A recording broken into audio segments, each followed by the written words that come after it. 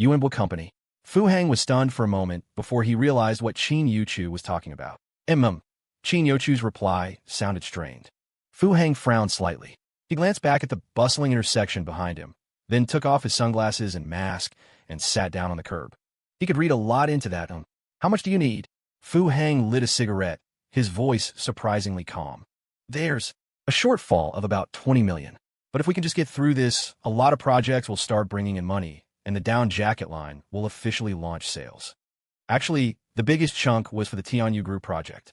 The projected investment was 30 million, and this second installment required 13 million. Is that enough? Fu Hang silently took a drag from his cigarette, looking up at the skyscrapers that surrounded them. Qin Yuchu pressed her lips together, speechless.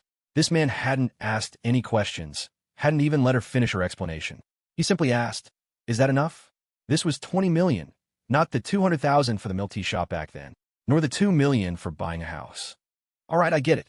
I'll take care of it, Fu Hang said, his frown deepening as he heard the choked sobs from the other end of the line. He hung up, a hint of impatience in his gesture, and took another hard drag from his cigarette.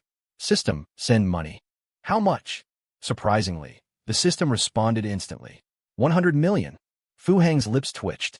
He stubbed out his cigarette and got up, annoyed. His phone chimed, a text message. Fu Hang glanced down, a look of astonishment flashing across his face. Transfer of 100,000,000 from account, ending in 7933, successful. Current balance. What the? It deducted from my money? No way. Damn it.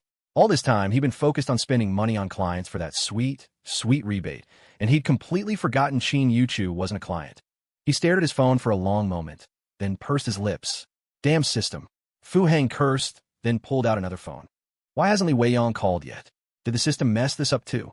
Fu Hang strolled down the most prosperous street in Hanqing. He was just passing the headquarters of Hungu Group, Hanqing's sole publicly listed company. Meanwhile, in the top-floor conference room, an extremely tense atmosphere was brewing. Report. How much of our stock have they snapped up? Said Wang Taijun, the chairman of Hungu Group, his face grim as he sat at the head of the table. Our initial assessment is at least 15%, possibly more, but it's unlikely to be over 20%, a middle-aged man, presumably a secretary, answered nervously. Bang! Wang Taijun slammed his fist on the table in a rage, making the cups in front of him rattle. 20% of our shares bought out, right under our noses, and none of you noticed? Are you all completely useless? What'd I even pay you for? Wang Tiejuan's face was livid, his eyes blazing as he scanned the room. No one he looked at dared to meet his eyes, including his son, Wang Haitao, who had only recently returned from abroad. Wang Tiejuan's anger was understandable. The company's stock price had been highly volatile for days, but initially, no one had paid it much mind. Many had even made small profits. It wasn't until the market closed that morning that an analyst finally sensed something was amiss. After a thorough analysis by the team, a chill ran down everyone's spine. The number of outstanding shares wasn't right. Someone was secretly acquiring them from the open market, and the quantity had already surpassed a critical threshold. Have you found out who it is? Wang Taijun finally asked, his voice weak. The room remained deathly silent. For a major publicly listed company to have 15% of its shares bought out so covertly, without even knowing the buyer's identity, it was terrifying. 15% might not seem like a huge amount, but in the stock market, if the opposing party decided to leverage those shares, the consequences would be unthinkable. If that 15% was worth, say, 1 billion, and the buyer decided to dump it all at once to crash the price, Hungu Group would need at least 3 billion to stabilize the market. Considering the mysterious and sophisticated tactics of this unknown entity, even 3 billion might not be enough. Investigate. Spare no expense. Find out who it is. And use your connections. Inquire about the financial status of the other major corporations. See if there's any unusual activity, Wang Taijun said, taking a deep breath, though the panic in his eyes was undeniable. Anyone capable of silently buying up so many shares must have immense cash reserves. Only a few major players could manage it, or perhaps several of them working in concert. If that were the case, he might need to prepare an escape route. In a world of high finance, there was no room for mercy. The meeting concluded abruptly, and Wang Haitao's face was also dark. Since his return, he had been full of ambition, eager to make his mark. But the first project he'd taken on had fizzled out. Negotiations with Yuanbo, which had started promisingly, had suddenly gone dead. It was as if, in the blink of an eye, the Yuanbo opportunity had been stolen from right under his nose. Find out from Su Changhe what exactly happened. Back in his office, he slammed the door and slumped angrily at his desk. I've already asked. Mister. Su said that Yunbo's new boss isn't keen on the project, and he doesn't have any sway in the matter, his secretary replied softly, approaching slowly and placing a freshly brewed coffee on his desk. Not keen? They weren't keen, so they strung me along for this long? Are they playing me for a fool? Don't be so angry, sir. It's not worth your health. These little companies are all the same. We can teach them a lesson later, make them understand the gravity of the situation. The secretary walked around the desk, perched on the arm of Wang Haitao's chair, and casually draped an arm around his neck. However, before she could make any further advances, she froze. She had met his ice-cold gaze. Slowly, she withdrew her hand and stood up, a sense of unease creeping over her. You didn't actually think I divorced my wife for you, did you? Wang Haitao's voice was even colder than his gaze. The secretary lowered her head, her eyes wide with terror. What did Pan want to see me about earlier? Wang Haitao ignored her, picking up his coffee and taking a sip. He said a headhunting firm has been approaching him lately. This time, the secretary didn't dare overstep, reporting quickly and obediently. Trying to poach my people right under my nose. Wang Haitao let out a laugh that was more anger than amusement. This Pan was someone he had personally recruited from overseas. His resume was stellar, and Wang Haitao planned to groom him as a key member of his future team. Of course, Pan's loyalty was beyond doubt. After all, he had immediately reported the headhunter's approach.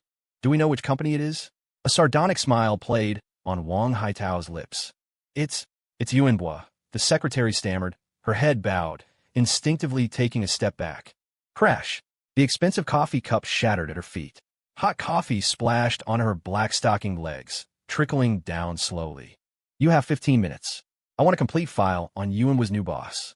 15 minutes later, Wang Haitao's expression was a mixture of disbelief and frustration. They couldn't find anything on Yuanbo's new boss.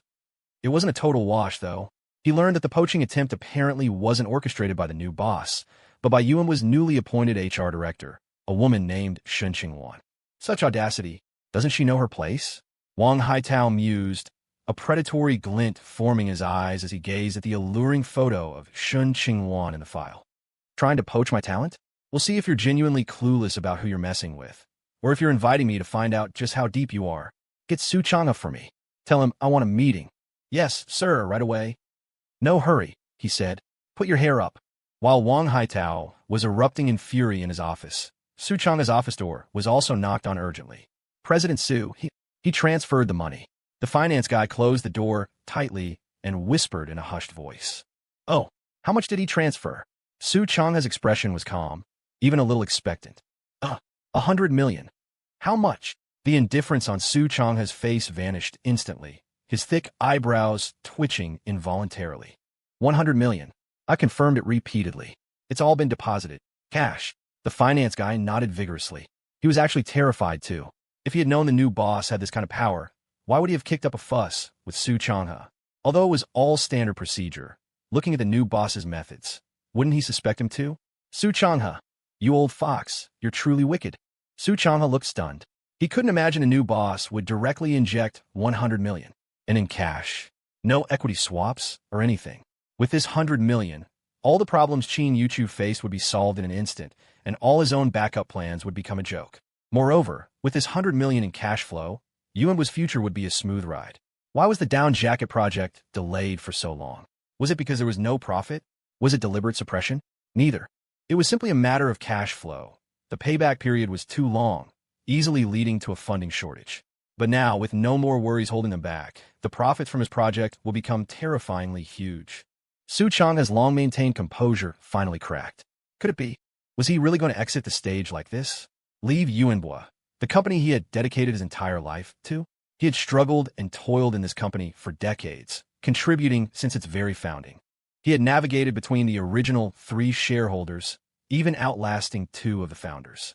He never expected to fall at the hands of a mere young woman in the end. The lights in the office seemed dazzling. Su Changhe's gaze gradually lost focus, and waves of exhaustion washed over him. This was the bleak desolation of a hero's downfall. The finance guy silently withdrew. Seeing Su Changhe in this state, he knew his own fate as well. The phone on the desk rang. Su Changha answered it mechanically. President Su? This is young Master Wang of Hungu's secretary. Young Master Wang would like to see you. The voice on the phone was seductive, accompanied by an eerie panting. If one listened carefully, some strange noises could also be heard. But Su Changha paid no attention to those sounds. His unfocused eyes gradually regained their sharpness. Young Master Wang? Wang Haitao? Hungu? It was 2 hours later when Fu Heng finally received Li Weiyang's call. This left him somewhat dejected, feeling as if his skills had regressed, his judgment of clients falling below par. I'm sorry just now. I lost my composure. Li Weiyang's voice was very soft. I'm the one who should apologize. I shouldn't have brought out those 2 songs. Fu Heng's voice was filled with boundless self-reproach. No, it was me. It was all my fault. The call fell silent. Fu Heng stirred the coffee in his cup, a countdown starting again in his mind. 5, 4, 3, 2, 1. Thank you. Li Weiyang spoke weakly, the thank you a soft hum escaping her nose. Fu Heng let out a long breath. A margin of error of 0. 25 seconds. Not bad. He hadn't regressed too much. Fu Heng still didn't speak, twirling his spoon with keen interest. Where are you? I want to see you. Li Weiyang seemed to have mustered all her courage. The coffee shop where we first met. Fu Heng's voice was deep, tinged with infinite nostalgia. Wait for me. The call ended. Fu Heng raised an eyebrow and slowly put down his phone, his gaze, however, fixed on a towering building in the distance. The nice 5-star hotel. Oh, he pulled out a cigarette and lit it, trying his best to empty his mind and not think about other messy things. He'd worked so hard for so long. It was time to dedicate himself to the job. Always talking about going through fire and water. How could he do that without a little spirit of sacrifice? Warning, warning. Conquest target, Ing Yanan, is facing a life-threatening situation. Host, please proceed to rescue immediately. Rescue successful. Reward +1 Grandmaster level skill. Mission failed. Deduction of Grandmaster level combat skills. Fu Heng's empty mind completely crashed. Are you f***ing kidding me? I'd already dropped my pants, and now you tell me this. Fu Heng shot up from his chair, his face contorted, features twisted. Warning, warning. Conquest target, Ing Yanan, is facing a life-threatening situation. Host, please proceed to rescue immediately. Rescue successful. Reward +1 Grandmaster level skill. Mission failed. Deduction of Grandmaster level combat skills. FCK. Fu Heng roared at the sky. Son of a BTCH. I knew I shouldn't have touched that tigress. No feedback at all, just endless trouble. Originally, 100,000 a day was just for kicks, a guaranteed minimum. Now that I know there's a second stage, that tigress is a real burden. A second stage for the tigress? With feedback too? Are you serious? She's with the Criminal Investigation Detachment. How am I supposed to spend money on her? Giving her a slightly more expensive watch could be considered bribing a public official. After all that effort, how much could I even give her? Just ignore her? Let her die. If she dies, it wouldn't count as me actively giving up, right? But Grandmaster level combat skills. A Grandmaster. Who knows if it'll reappear in the prize pool after it's taken back? Would I ever draw it again? Fu Heng fell into deep indecision, pacing back and forth in the coffee shop like a male wolf in heat at 4 in the afternoon. Damn it. Fu Heng stomped his foot hard and ran toward his car. The hell of it was, he didn't even have that tigress's phone number. Fu Heng rushed frantically towards the Hanshang branch bureau. It was the only place he could think of to find out her whereabouts. You better not f***ing die on me. Do you have any idea what I'm giving up for you? Meanwhile, Li Weiyang meticulously touched up her makeup in her office. As she was about to leave, she hesitated, then retreated to the restroom and unbuttoned her outer coat. This outfit, is it too frivolous? Should I go home and change into something more conservative? But if it's too conservative, will it seem like I'm not respecting him? He seems to like black stockings. Although he's never said it. She just knew. There were 2 spare pairs in the drawer. Maybe bring them both? But those 2 pairs were very good quality, not easy to tear. Li Weiyang's cheeks were flushed, but then there was a knock on her office door. Quickly composing herself, Li Weiyang took a serious look in the mirror and walked out of the makeup room with a smile. President Li, this agreement. The visitor was the company's accountant, a middle-aged woman wearing glasses. What's wrong? Li Weiyang's complexion was excellent. There was no trace of her earlier emotional breakdown and bitter tears. This was delivered earlier by Lawyer Zhang.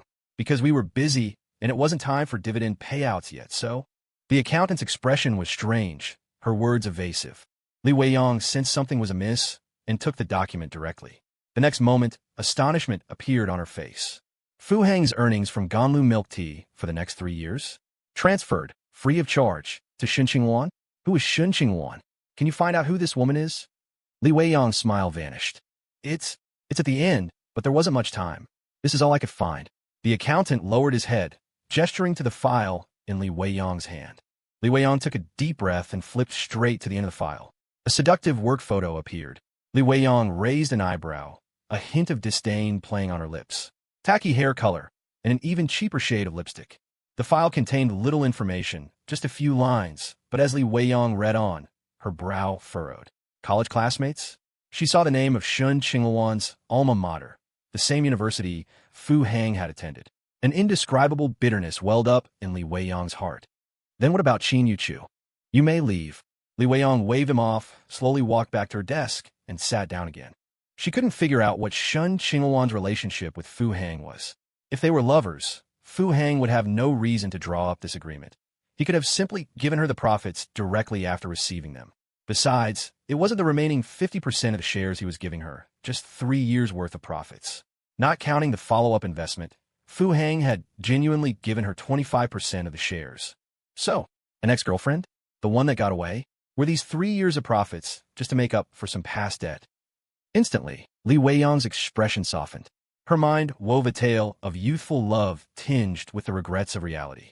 A young couple, meeting in college, getting to know each other, falling in love, finding solace in one another. The boy harbored a grand ambition, to conquer the world with milk tea. Perhaps this dream was born from the girl's love for milk tea. So, the boy quietly designed and conceived his grand blueprint, while the girl silently stayed by his side, supporting and encouraging him. But fate had other plans, and they eventually parted ways. It was highly probable the girl had cheated. Judging by that cheap lipstick, she was a woman of no taste. The boy, disheartened, drifted through his days and a daze, until he caught her, Li Weiyang's, eye in a crowd. But the world's cruelty hadn't spared the boy. That other woman, Shen Qingluan, hadn't cherished him, and, just like so many women who make foolish choices, had made the wrong one. Afterward, that girl reaped what she sowed, faced her retribution, and returned to this city, weary and broken. They met again. The boy had an epiphany. The past should remain in the past, and the future is always bright. So, to soothe her wounds, the boy revived his youthful dream, gifting that grand blueprint in his heart to her, Shen Qingluan. But to commemorate his lost youth and sever ties with past memories, the boy decided to give a part of this blueprint to that first girl. Li Weiyang's eyes reddened again. Such a poignant and sorrowful story, but thankfully, it had a beautiful ending. At least, he was open and honest with her, unlike that bastard. Li Weiyang carefully put the file away and silently rose from her chair. Wait, what about Qin Yuqiu? That innocent, pitiable girl wasn't in the story she just concocted. Thinking of Qin Yuqiu, Li Weiyang sat down again. She had actually been avoiding that name for the past few days. She must be Fu Hang's legitimate girlfriend, right? Then what did that make her? If she went to him now, wouldn't she be like that secretary, a homewrecker? No, let me think this through again. In a coastal gambling city, within a secret underground chamber of the Sanzu gang, Duan Changfeng, who had furtively returned to the country, finally met the person he'd been waiting for. I'm telling you, old Duan, maybe you should consider retiring. The visitor's very first words sent a shiver down Duan Changfeng's spine. Retire? Could it be that Wan Qing's son was really a frontman for foreign powers? Was this a hint for him to step aside to avoid suspicion? But he soon noticed the teasing glint in the other man's eyes. The file. Duan Changfeng's tone was grave, but his expression softened slightly. It seemed the situation wasn't too dire after all. Honestly, I didn't believe it at first. How could you possibly have that kind of DNA? What exactly did you find? Duan Changfeng's patience seemed thin. He'd been incredibly anxious these past few days, even dreaming he'd personally sent Wan Qing's son to prison. You got lucky. That kid was hospitalized a while back, had a routine blood test. His constitution was so remarkably good, the hospital secretly kept a DNA sample, planning to use it for research. The man in the trench coat clutched the file tightly, still showing no intention of handing it over. And so, old Duan's expression relaxed further. The other man's tone was light. Had he been mistaken? So, I did a free paternity test for you. Damn it, you old coot. What went wrong with you? How did you father such a prodigy? Give it to me. Duan Changfeng reached for it, but the other man deftly dodged him. Let me tell you, you have no idea how much money that kid raked in from overseas in just 3 short years. And that's with me holding back, afraid of alerting the higher-ups. If I dug up everything, I probably couldn't have kept a lid on it. The more old Duan listened, the more alarmed he became. The man before him was in charge of overseas intelligence. His work demanded extreme precision in language. To describe Fu Hang like this? Old Duan, listen to your brother here. Retire. That kid can support you for life. Just enjoy your golden years. Hand him over to the country. His value is absolutely 100 times greater than yours. What the hell did you find out? Old Duan's expression was peculiar. This assessment, it inexplicably gave him a secret thrill, yet made him even more curious. Initially, he opened an overseas financial account and used the money Wan Qing left him for short-term investments. His foresight was astonishingly sharp. Stocks, futures, gold, luxury goods. There was nothing he didn't touch. The man in the trench coat tossed the file onto the table, but couldn't stop himself from speaking. The most incredible part is, he plundered wealth on such a massive scale without leaving a single trace. Those corporations and governments over there didn't suspect a thing. They just watched helplessly as their piles of US dollars were spirited away. If I hadn't worked backward from the results, I might not even have found those faint, misleading clues. I can't explain the specific operations. You wouldn't understand them anyway. Let me put it this way. If your boy were handed over to the country, he'd be a nuclear-level deterrent. Kept at home, he's like a stabilizing pillar. Unleashed outside, he could crash a region's financial system at any moment. Duan Changfeng quickly tore the seal off the file and began to scan it eagerly. The man in the trench coat was right. He didn't quite understand it, but combining it with the explanation, he got a rough idea of what Fu Hang had done. Seeing the hazy figures on the page, it all felt incredibly unreal. After a long moment, he looked up, giving the man in the trench coat a strange look. His eyes clearly asked, "Is this real?" "Burn it after you're done. This is the only copy. I've already wiped the digital files." The man in the trench coat met his gaze for 2 seconds before speaking quietly. "Thanks. Don't thank me. I did it because this kid only brings money home from outside and never stirs up trouble domestically. You owe me. Are you ever going to let that go? So I carried you 70 kilometers over mountain roads on my back. How many damn years have you been harping on about that?" The man in the trench coat flared up, but sitting in the sealed room with a brother in arms with whom he'd faced death, he was unusually relaxed. The two fell silent. Old Duan pulled out a cigarette and lit it for himself without offering one. "Really not going to acknowledge him?" the man in the trench coat probed. Duan Changfeng didn't answer, lowering his head and taking a deep drag from his cigarette. Acknowledge him? His other daughter had just been killed by enemies, and his 2-year-old granddaughter had nearly been harmed as well. Fu Hang was doing well now, free and unfettered, with more money than he could spend. And despite the trench-coated man's casual tone, if Fu Hang were truly in trouble, he would vouch for him. Even if he did stir up some serious trouble, as long as it wasn't a matter of fundamental principle, couldn't he always use those financial skills to redeem himself, to offset demerits with merits? Regrets.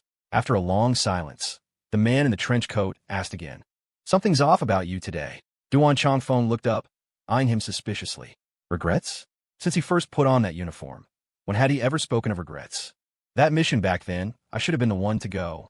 If you hadn't left. The man in the trench coat had a complicated expression.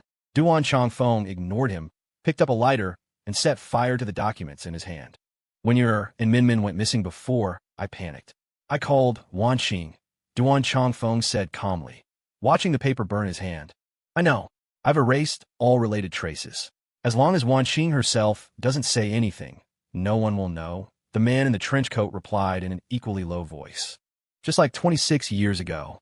No one will know you knew her." "Thanks." Duan Changfeng released the last flicker of flame. It dropped from his fingertips, turning from red to white to ash, then slowly to black. "So spit it out. What is it really about?" Duan Changfeng looked up, the melancholy in his eyes completely gone, replaced by the look of that bloody-handed cripple. He knew the man in the trench coat too well. He wouldn't have come all this way personally, nor would he have summoned him back from so far, just for Fu Hang's file. Sidewinder 9. Duan Changfeng's eyes narrowed, his pupils instantly dilating. Sidewinder, a short to medium-range missile developed by Western countries, still in service. And 9 was their latest model. Is the intel reliable? Duan Changfeng sat up straight. The seller has already put out the word. It'll be sold on the black market. Duan Changfeng suddenly smiled, a very nonchalant smile. The black market the man in the trench coat mentioned was, of course, the Golden Triangle black market, the only place in the world where such a thing could be sold. When I was a kid, old widow Lou from the village head told my fortune. She said my destiny clashed with anything snake-related. I didn't think I'd actually have to die twice because of a snake. Is the data complete this time? Don't know. The man in the trench coat shrugged. 6 years ago, it was Sidewinder that forced Duan Changfeng to fake his death to escape. Not 9, but 8. Back then, a research facility had a security breach, and the complete data for Sidewinder 8 ended up in the Golden Triangle.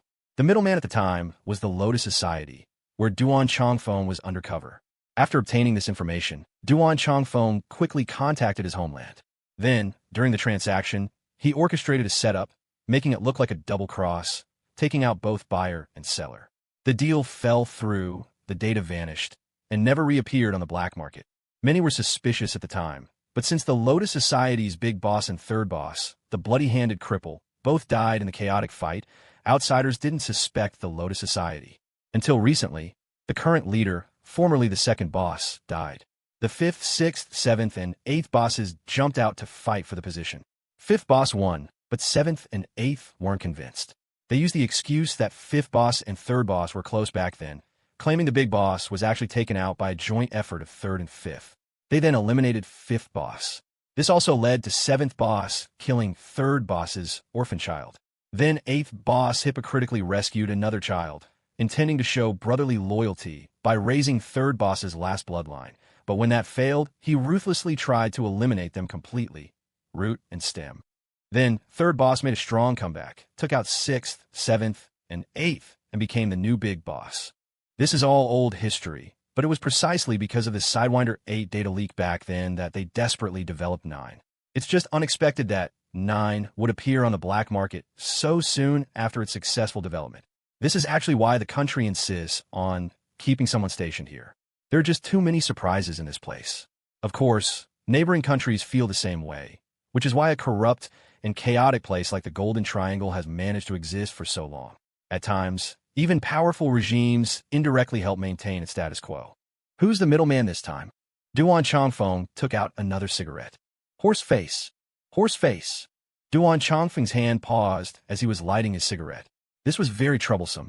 Never mind that his return to the Golden Triangle this time would make outsiders wary after what happened back then. After all, when 8 was lost, their Northwind missile system had emerged. And speaking of this horse face, Old Ying's daughter has been kidnapped. The man in the trench coat suddenly spoke again. Duan Changfeng was stunned again. How did they go from talking about Sidewinder to Old Ying's daughter? Which Old Ying? The one you met at the hospital? The one who took a bullet for you, repaying a debt her father owed you? The man in the trench coat had a strange expression. She's been kidnapped? Isn't she a cop? She was suspended because she met you. Then she went traveling alone, ran into some shamanistic cultists at the border, and got abducted. This morning, when crossing the border, Heisey clashed with the Border Patrol. During the standoff, the girl revealed her identity. Damn fierce she was, shouting that she's a people's police officer, telling the Border Patrol to ignore her, and it just opened fire on the criminals. How do you think Olding raised his daughter? It seems she was like that the time she got shot too. If your boy hadn't arrived in time, she would have died a hero's death right then and there. So, Horseface's men kidnapped her. Duan Changfeng ignored the heroic deeds of that feisty girl and got straight to the point. Official channels have already sent word to Horseface, making it clear that she's Old Ying's daughter, his only child. What are Horseface's terms? Duan Changfeng knew their playbook inside out. Old Ying's current position wasn't low. If Horseface dared to harm her directly, Old Ying would definitely retaliate like crazy. At least in theory. Horseface wouldn't gain anything from it then. So, Horseface would definitely state his conditions. He wants Su Jiaqing in exchange. The man in the trench coat pursed his lips. Duan Changfeng's mouth twisted into a smirk. So, the higher-ups will never agree. Even if Su Jiaqing has been squeezed dry of all information, official channels won't make deals with them. Times have changed. You don't mean. You want me to go to Horseface and ask for her? It's a good opportunity. Sound him out about 9. You haven't forgotten that Horseface is the one who crippled this leg of mine, have you? And I'm the one who personally crippled his 2 older brothers. Duan Changfeng lifted his crippled leg and slammed it onto the table. I'm not asking you to go directly. You know Horseface better than I do. He's the type who won't act without seeing a benefit. He only wants Su Jiaqing for money. You take a capitalist to him, Make a private exchange. The person I bring, will he trust them? Tonight, Olding will lead a raid on your three-legged crow gang, shut down all your halls. Your four Joy's brothers will all be detained, and Shizi's leg will be broken. Duan Chongfeng narrowed his eyes. The four Joys were the four enforcers assigned to him by the higher-ups, his most trusted subordinates right now. Break Shizi's leg? It seemed the man in the trench coat wasn't joking. Olding will put out the word, forcing you to bring back his daughter. And then, under duress, I kidnap a capitalist, take him over, and exchange him for Ingyanen. This is the best way to get close to Horseface. Turn hostility into friendship. Achieve 3 goals with 1 move. Get Old Ying's daughter back. Eliminate their suspicions about you, and, incidentally, find out about 9. But where am I supposed to find a capitalist? Should the higher-ups prepare one now? Horseface is very cautious. The assets of those officials who've fallen have already been confiscated. The man in the trench coat didn't speak, just blinked. Duan Chongfeng was stunned for a long moment. A chill rose from the soles of his feet. So, you're using nukes as bait now, are we? Duan Chongfeng shot up from his seat. Just moments ago, it was all vital state asset, and now, in the time it takes to smoke 2 cigarettes, he's been designated as bait. Ma Yin is just after money. He's never killed a hostage before. Duan Chongfeng stood there, his eyes cold. The CEO of Yuanwood Trading is worth a few $100 million. His declared assets can withstand scrutiny, and he wouldn't even need to reveal his overseas holdings. Worst case scenario, let him spend some money. A few tens of millions should be enough to get Tiger Girl back. You can help him recover the money later. Duan Chongfeng slowly sat down, his gaze still icy. The Americans have already sent people to contact Ma Yin. Number 9, they're determined to get it. His watching son. Duan Chongfeng lowered his head, his voice hoarse.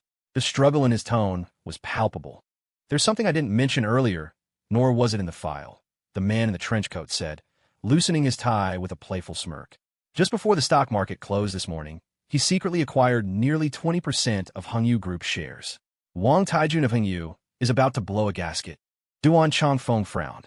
He understood the implication. The reason Fu Hang's information was being suppressed wasn't because he was his son. It was because Fu Hang hadn't harmed national interests or posed a threat to the country. But secretly acquiring 20% of a publicly traded company showed he had the power to disrupt things. If he had malicious intent or ulterior motives, Fu Hang could completely overturn the stock market. A warrior with his might defies the ban. A scholar with his words subverts the law. Possessing great power is, in itself, a threat. And in the eyes of these people, for whom national interest trumps all, a threat is a threat. Duan Chongfeng closed his eyes. He understood. The man in the trench coat wasn't forcing him or threatening Fu Hang. As Fu Hang continued to develop, his impact would inevitably grow larger. It had only been 3 years. What about 5 or 10 years from now? Even if the man in the trench coat suppressed the information this time, it was inevitable that others would notice eventually. This country was never short of intelligent and cautious people. No one could guarantee that the next person to notice Fu Hang would be righteous. At that point, there would only be 2 outcomes. 1, Fu Hang, with no backing, would be silently eliminated. 2, he would fight back desperately with his incredible abilities, leading to mutual destruction. He might win, but he would ultimately be an enemy of the state. Neither Duan Chongfeng nor the man in the trench coat wanted to see either outcome. In many things, there are only sides, not justice. Of course, by then, perhaps old Duan could pull some strings. But old Duan's identity couldn't see the light of day, so his status was ultimately useless for prevention. However, Rattlesnake number 9 would undoubtedly be a get-out-of-jail-free card. If Fu Hang participated, even just in a supporting role initially, anyone who wanted to touch him later would have to think twice. This is just one option. Whether it works out depends on Fu Hang's own willingness. The man in the trench coat spoke firmly, then calmly picked up his phone. Before I came, I had Chun Xiao approach him on behalf of the authorities. Rest assured, at least for now, no one can force him to do anything.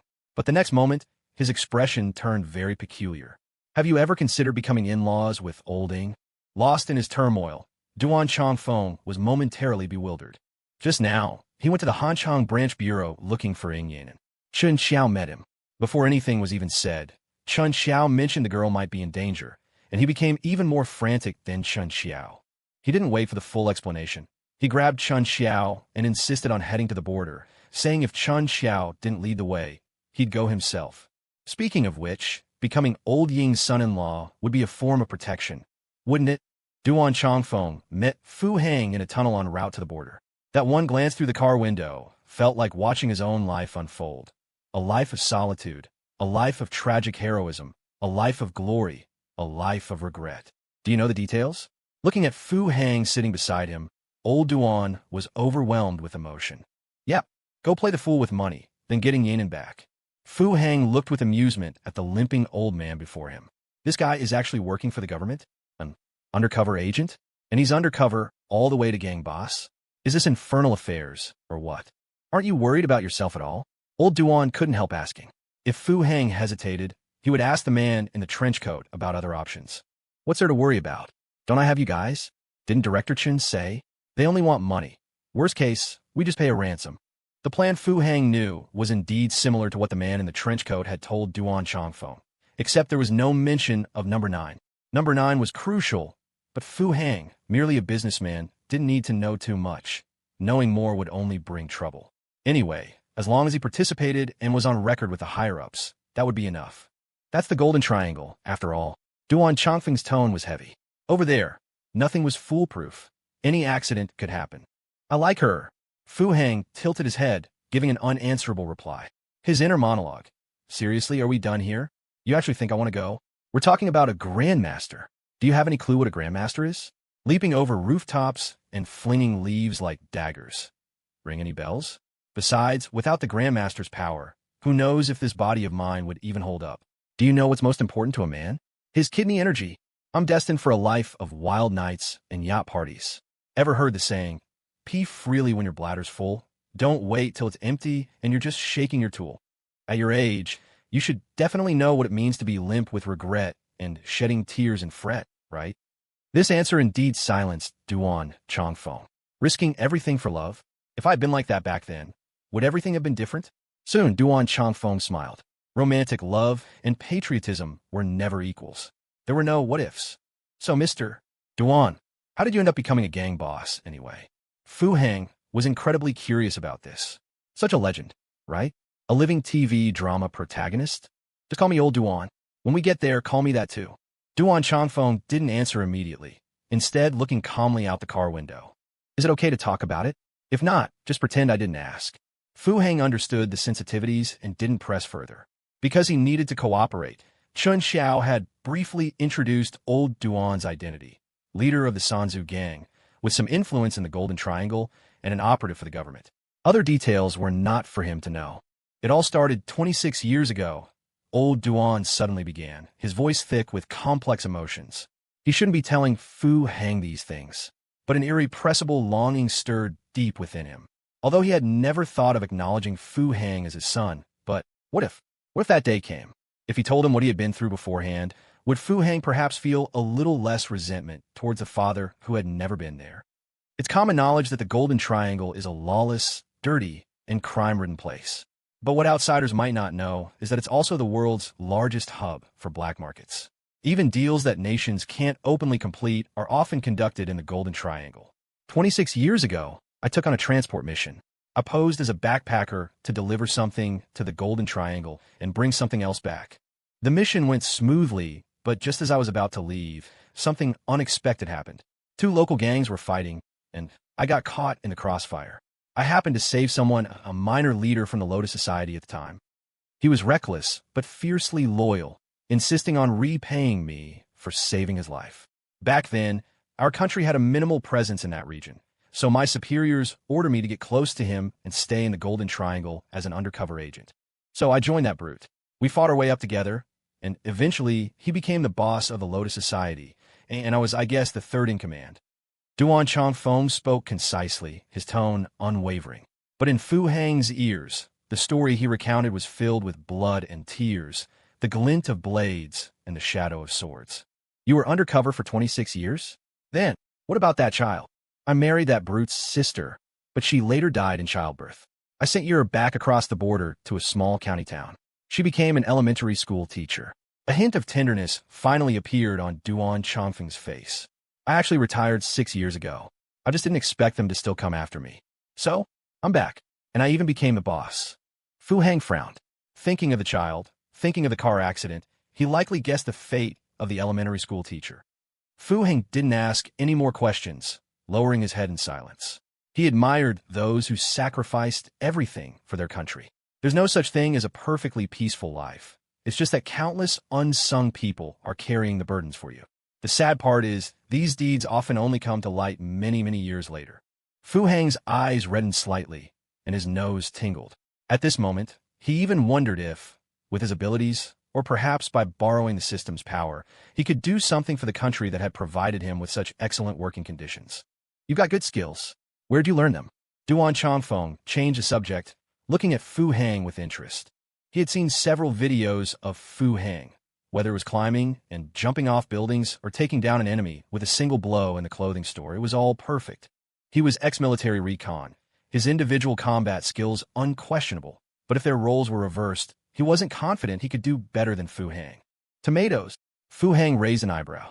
He knew that those videos of his would definitely catch the attention of interested parties, and his resume was too clean. Tomatoes. Duan Changfeng was taken aback. What's that? A hidden ancient martial arts sect? Yep. Zhang Sanfeng, Li Chenggang, Wang Feiheng, Yu Huatian. They're all my masters, Fu Hang replied with a straight face. Duan Changfeng's mouth twitched. When he heard Zhang Sanfeng, he wondered if it was some Taoist lineage, but Wang Feiheng, Yu Huatian. He decided to drop it. If you don't want to tell me, then don't. Though his expression was odd, Duan Changfeng was thoroughly pleased with Fu Hang. He could make money, had excellent skills, and, crucially, possessed the moral awareness to save others without regard for his own safety on several occasions. He thought this was all his life would amount to, but he never expected heaven to bestow such a great gift upon him before his end. Know how to use a gun? Duan Changfeng asked cautiously, thinking about the scenes they might face. I played with them at arcades, but I'm not good, Fu Hang answered honestly. Duan Changfeng nodded. He'd taken it for granted.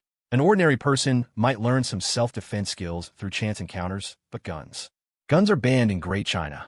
If he really knew how to use one, that would be a different story altogether. Once we're there, follow my arrangements for everything. Don't be impulsive. We already have proper plans in place. At worst, we can still get you all back safely, Duan Changfeng said earnestly after a long silence. Understood. I'll follow all the organization's arrangements, Fu Hang affirmed. The vehicle crossed the border, passing through a hidden trail. The border defense post several miles away had been notified in advance and took no action. Upon reaching the Lotus Society's territory, they barely rested. Duan Changfeng gathered his men and headed straight for Horseface's turf. It was an incredibly luxurious villa. Standing outside and looking up, Fu Hang almost suspected he'd arrived at some high-end private club. That's how it was in the Golden Triangle. The common people at the bottom lived in dire straits, struggling for food, sometimes resorting to murder for a bag of rice. Meanwhile, those who controlled the resources lived in opulence, indulging in extravagant luxury. A large, imposing group swarmed into the villa's main hall. On the other side, however, defenses were already up. They had clearly arrayed themselves and were waiting. You damn cripple. You actually dare to come looking for me? A dark-skinned man at the head of the opposing group sneered at Duan Changfeng. Duan Changfeng didn't answer, merely giving the man a cold glance. The men he brought stood behind him. This must be CEO Fu. To what do we owe the honor of your visit? Forgive me for not rolling out the red carpet. Horseface looked meaningfully at the out-of-place Fu Hang, a mocking grin splitting his lips. Old Duan, what's the meaning of this? Fu Hang turned his head, frowning at Duan Changfeng. CEO Fu, don't be hasty. The cripple and I are friends. Didn't you say you wanted to experience the Golden Triangles? Local color? I have everything you could want right here. Horseface crossed his legs, but remained seated motionlessly on the sofa, his underlings behind him all wearing taunting smirks. Old Duan still said nothing, watching Horseface with a blank expression. Horseface raised an eyebrow and gave one of his men a look. The man understood and walked towards Fu Hang with a smile. Sorry, please hand over your phone. It's the rule here. The big man's tone was amiable, but his eyes held an undeniable certainty. Fu Hang's frown deepened, and his gaze towards Old Duan carried a hint of hostility. But Old Duan didn't even look at him. Fu Hang pressed his lips together tightly and angrily handed his phone to the man. But after taking the phone, the man didn't leave. Instead, he deftly began to search Fu Hang, even taking out a metal detector. You'd better have a reasonable explanation for me later, Fu Hang said without resisting, turning to glare coldly at Old Duan. CEO Fu, don't be angry. You're a man of the world. You should know places like ours have many rules. You have to be understanding, right? Horseface laughed heartily. He had, of course, already received news that the three-legged gang's branch in the casino city had been taken down. The cripple had also sent him a message not long ago, along with Fu Hang's file. President of Hungu Wood Trading, with luxury cars under his name worth $33 million. To be able to trick Fu Hang into coming to the Golden Triangle, the cripple must have been truly desperate. I heard his top henchman had his leg crippled, just like him a cripple. The official speculation was correct. Horseface was after money. Originally, his men had just seen that Yanin was attractive and snatched her up to sell for money. Who would have thought there'd be such a pleasant surprise? How much could a woman sell for? The man searching him was very thorough, even taking the watch from Fu Hang's wrist. Fu Hang's face was ashen, suppressed fury simmering in his eyes. Horseface sneered. He'd seen plenty of these rich kids. Did they think this was still Great China? Come, take Mr. Fu down to rest first. Horseface waved his hand. Where's the person? Duan Chongfeng finally spoke. Horseface shrugged, and from a room behind him, one of his men pushed a woman out. It was Ying Yanin. Fu Hang and old Duan looked over simultaneously, a slight sense of relief washing over them. Ying Yanin was bound hand and foot, her mouth covered with black duct tape, and she was struggling constantly. Even in such a predicament, her eyes still burned with anger, fortitude, and determination. Upon seeing Fu Hang and Duan Chongfeng in the hall, her eyes also showed shock and bewilderment. There was none of the despair or sorrow of someone who had been violated. Horseface had, after all, considered old Ying's status and hadn't dared to go too far. The man behind Fu Hang raised a hand to push him, but in the next instant, Fu Hang grabbed his hand, then lifted, pulled, and twisted. Crack! The sound of bone fracturing echoed. The man half-knelt on the ground, his arm bent at a terribly unnatural angle. Swish! 7 or 8 guns were instantly aimed at Fu Hang. I fucking get it now. You bastards teamed up to set me up, huh? Fu Hang tilted his head, an exceptionally strange expression on his face.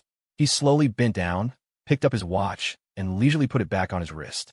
A murderous glint flashed in Horseface's eyes. Old Duan was also slightly taken aback. This wasn't part of the plan.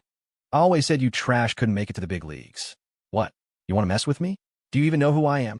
Fu Hang meticulously rolled up the cuffs of his suit, his gaze mockingly sweeping over old Duan before landing contemptuously on Horseface. You've got a lot of nerve. Horseface stood up from the sofa, his face a mask of cruelty. A lot of nerve? You want money? How much? Let's see if you got the guts. I'll give it to you. Do you dare take it? Fu Hang's expression gradually turned ferocious. He snapped his fingers, pointing a Horseface from across the room. Give him 100 million. Horseface was still stunned. What did Fu Hang mean by that? The next moment, his phone on the table chimed. A text message notification. He subconsciously picked it up and looked, his face instantly contorting in shock. Transfer successful. 100,000,000 yuan received. Current balance. Horseface was genuinely terrified. This couldn't be some kind of sophisticated scam, could it? He was familiar with these schemes, but who had just given that order? Hadn't Fu Hang been searched and scanned with a detector? 100 million, just like that, in his account? Is that enough? If not, I'll give you another 100 million. Send the money. Fu Hang tilted his head and roared. Everyone in the hall flinched, and one of the goons nearly discharged his gun by accident. Horseface's phone chimed again. Another 100 million had arrived. Pointing guns at me? Go on, fire one. Let me hear the bang. Fu Hang's gaze swept over them indifferently, his expression utterly savage, making him seem even more arrogant than Horseface. Horseface was truly dumbfounded. What kind of person had Cripple sent him? Wasn't he supposed to be just some rich kid? He'd initially thought extorting a few tens of millions would be profitable enough, and he'd even be doing the other party a favor. But his own plan hadn't even started, and it was already 200 million? How much commission would he get from selling that thing he possessed? Besides, this was his overseas bank account, used exclusively for black market transactions. It couldn't be manipulated through the bank's backend. So this was a genuine deposit of 200 million. Just as Fu Hang implied, he panicked. He felt these 200 million were too hot to handle. 200 million. The transfer procedures involved must be incredibly complex, right? And it was an international transaction, yet the money had arrived instantly. The key was the man just pointed and the money appeared. Clearly, he had some unknown device on him, and the people behind him knew everything happening here. This completely extinguished any thought Horseface had of a desperate, mutually destructive fight. What? Still not enough? Then how about I just give you $1 billion? No, Mr. Fu, you've misunderstood. A smile instantly bloomed on Horseface's face. Before figuring out Fu Hang's true background, he couldn't afford to be arrogant. In their line of work, caution was paramount. Those who got cocky with a little power now had tall grass growing on their graves. Take that fellow from the Lotus Society, for instance. A power grab was one thing, but why on earth did he have to go and kill Cripple's daughter for no reason? Now look what happened. The dead couldn't be kept down. Cripple returned, and his entire family, young and old, were strung up for 7 days. Misunderstanding? Believe it or not, if a single gun goes off here, this place will be razed to the ground within 24 hours. You could try it. See if you can survive even if you flee to Antarctica. Fu Hang stared at him coldly, his expression growing even more audacious. Horseface risked a glance at Cripple and noticed the shock in Cripple's eyes was even deeper than his own. That damn Cripple, it seemed he was pushed to the brink by that side and had brought someone over without fully vetting him. Wasn't this deliberately trying to drag him down too? Put them away, put them away. Mister, Fu is an honored guest. What do you think you're doing? Who told you to pull out your pieces? Horseface was drenched in cold sweat. The critical thing was Fu Hang's overwhelming aura. With 7 or 8 guns pointed at him, he acted completely unfazed, especially that indifference in his eyes, as if, should anything happen to him, everyone present would be buried with him. And most importantly, there was that 200 million in his account. That was 200 million. Seeing the goons hastily stowing their guns, the trace of disdain and mockery on Fu Hang's lips deepened. Duan Chongfeng, who had stood behind him and spoken only 2 words the entire time, now felt like 10,000 alpacas were stampeding through his mind. Is this what you call following the organization's plan? You freaking changed the script like this, adding scenes for yourself.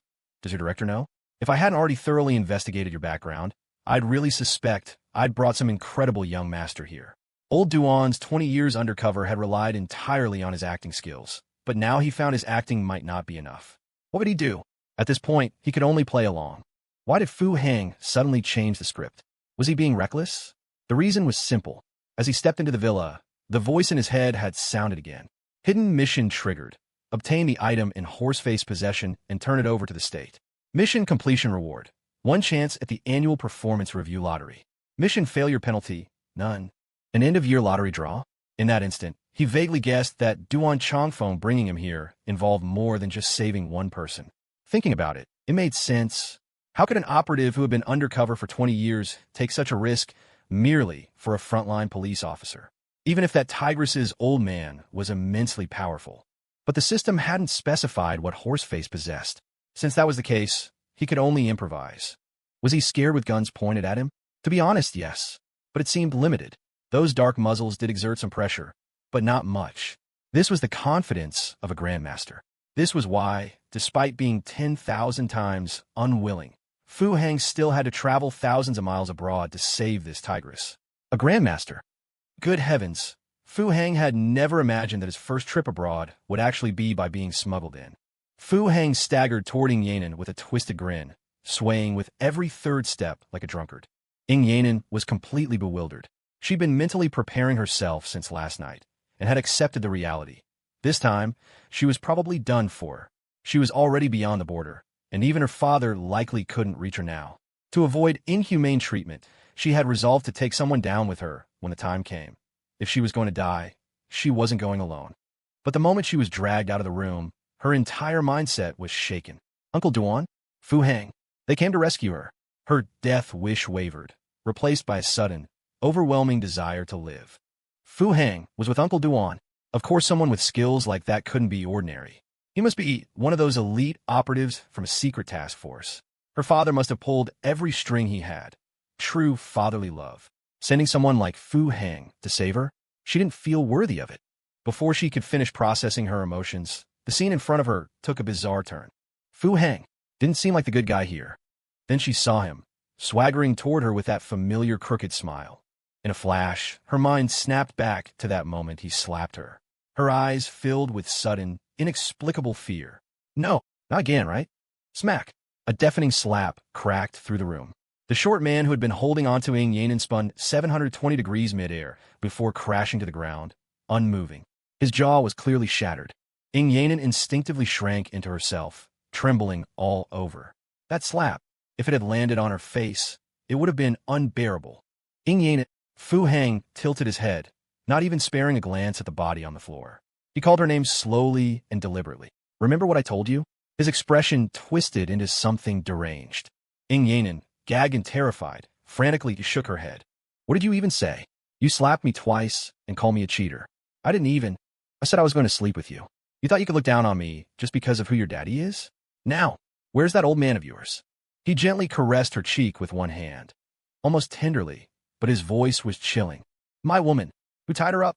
Only now did Fu Hang finally look at the corpse on the ground. That slap, unlike the ones he gave Yanin, had carried 70% of his full force as a grandmaster. A nearby lackey, visibly shaken, stepped forward without thinking. He quickly began untying Yanin's ropes, his hands fumbling nervously as he tried not to touch her directly. Duan Changfeng, right? Fu Hang turned and shot a cold look at old Duan. You traded me for this chick? I'd like to see if your Sanzu gang can really keep her safe. Then he yanked Yanin toward him by her arm, pulled her close, and dragged his tongue across her face, from chin to eye. She felt her soul leave her body. It was so revolting she forgot to resist entirely. Duan Changfeng looked like he was about to pull a gun. He was completely horrified. This guy was a complete monster. I swear I'll put a bullet in myself. How could someone like Wan Qing, gentle and well-mannered, raise something like this? Fu Hang, oblivious to the simmering rage behind him, dragged Yanin by the hair into the center of the hall. I'll take her. Name your price, he said coldly, locking eyes with Horseface. Young Master Fu, what are you saying? She's just a woman, if you like her. I don't take anything for free, and I don't like repeats. Fu Hang cut him off flatly.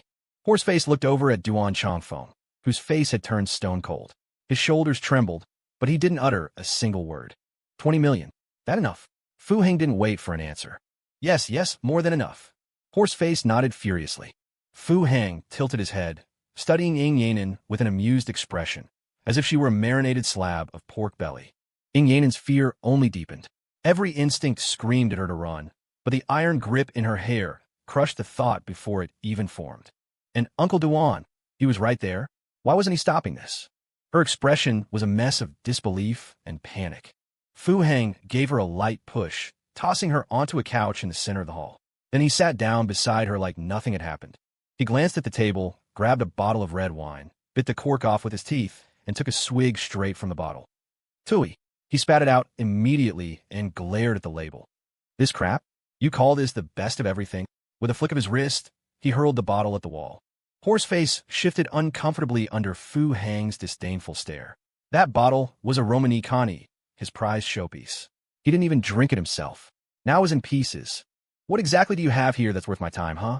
Best of everything. Fu Hang leaned back, one hand resting on Yanin's thigh, his feet propped on the table. Yanin went rigid, trying not to flinch. She didn't dare move, afraid another slap was coming. Young Master Fu. About that money. Horseface tried again, thoroughly unnerved. Deduct her 20 million from goods. Leaves you with 180, right? Why, yes. Should I transfer it back to you now? No rush. It's not like you're going anywhere. Fu Hang picked up a napkin and wiped the wine from his mouth with surprising elegance, like a noble raised under strict etiquette. But when Yanin heard the word goods, she twitched slightly. Horseface stood awkwardly off to the side, unsure who exactly wasn't going anywhere. Old Duan. Fu Hang turned with a warm smile, his tone suddenly gentle. Now, I've got time to hear your explanation. Duan Changfeng furrowed his brow, slowly raised one hand, palm up. His right-hand man understood the signal immediately and placed a gun in his hand. Horseface men tensed up again, pulling their weapons back out. Bang! Without hesitation, Duan Changfeng raised the gun and shot himself in the leg. Young Master Fu, I misjudged this situation. Blood gushed from his thigh, but the old cripple stood as steady as ever. Something inside Fu Hang lurched. His hand on Yanin's leg tensed involuntarily. She didn't even notice. She was too stunned, staring at Duan Changfeng. What was this? What the hell was going on? Could it be? She really hadn't guessed wrong. Was Fu Hang really not a good guy? Fu Hang was already cursing Duan Changfeng to hell in his mind. You old bastard. What the hell was that? Shooting yourself? What's the point of that? Trying to prove you're actually crippled. This was the moment you were supposed to bow down and pledge loyalty, remember? I'd reluctantly accept it. You'd order your men to taking Yanin away and send her home. Why the hell aren't you following the damn script? Fu Hang, while impressed by old Duan's ruthlessness, also admired him. Truly a man capable of going undercover and rising to the rank of a gang lord. Smart move. We'll settle things properly when we get back, Fu Hang said, then turned to Horseface. That gunshot had dispelled all of Horseface's suspicions. He'd had his own little schemes, unsure of Fu Hang's background, so he'd been playing along. In the Golden Triangle, who hadn't had to eat humble pie. If someone was genuinely too powerful to offend, then you buttered them up. It was a way to build goodwill. If he later found out Fu Hang was just a poser, he had 100 ways to get even. But Duan Changfeng shooting himself without a second thought? That spoke volumes. Duan Changfeng seemed to recall something. Young Master Fu, the money. Everything I could wish for, you say? I'm not in the habit of clawing back money I've already spent. Fu Hang leaned back lazily on the sofa, the sensation from his hand incredibly real, delicate, soft, firm, smooth. Speaking of which, had this dame figured it out? Why wasn't she resisting? No, your role right now is to struggle, isn't it? From a moment Duan Changfeng shot himself, Fu Hang had deduced that this old fox was playing along with him. But in Yanan, something was off. Did this Spitfire have the brains for that? If she were that smart, she wouldn't have gotten herself abducted, would she? Actually, Fu Hang didn't know that in Yanan hadn't been merely abducted. She'd been taken captive. While traveling to a border city, she discovered a human trafficking operation in a small motel. Even though she was suspended, she dived in headfirst. The situation was urgent, with no time to call for backup. After assessing there were only 2 guards, she'd acted rashly again. She took one down, but the other used a trafficked woman as a hostage. She hesitated, not wanting to endanger the hostage, and then their accomplices returned. What could one say? She had skill, guts, and a strong sense of justice. Just a little short on brains. Even when held hostage on the border, she had yelled, "Ignore me, shoot." There are plenty of games, of course. I just wonder if they're up to young Master Fu's standards. Then let's play poker. Hi-lo, Fu Hang said, glancing at a deck of cards on the table, his interest lukewarm. Huh, right now? I play with you. Fu Hang didn't speak, just looked at him. How do we play? Horseface's mouth twitched as he sat down on the sofa opposite Fu Hang. Hi-lo, what else? She deals. Once you have your card, you decide if we're playing high or low. Fu Hang's face was wreathed in a smile, his hand moving slowly as he spoke. Ing Yanan finally couldn't stand his increasingly audacious hand. Her knee was bad enough, but he was groping the top of her thigh now. She slapped his hand away and struggled to stand up. So, a heroic sacrifice it is? Bring it on. But the next moment, a wave of weightlessness washed over her. She felt herself flying up, then slamming back down onto the sofa, that familiar palm pressed against her cheek. Don't make me take you right here, right now. Fu Hang's face was very close, his hot breath fanning across her face, making her mind go blank. That look in his eyes. He wasn't just bluffing. He might actually do it. Right here, in front of everyone. Could she possibly resist? Feeling the immense pressure on her cheek, Ing Yanan finally burst into tears. This commotion almost made Duan Changfeng, still standing stoically while blood gushed freely from his leg, break character. To hell with it? Mission be damned. Maybe I should just clean house today. Similarly, the move sent a shiver down Horseface's spine. The man was a lunatic. Just how unchecked was he usually, to have developed such an arrogant, lawless, and utterly reckless demeanor? Okay, that's fair. But the stakes. Horseface licked his lips. Best to humor this young master for now. This way of playing was indeed fair.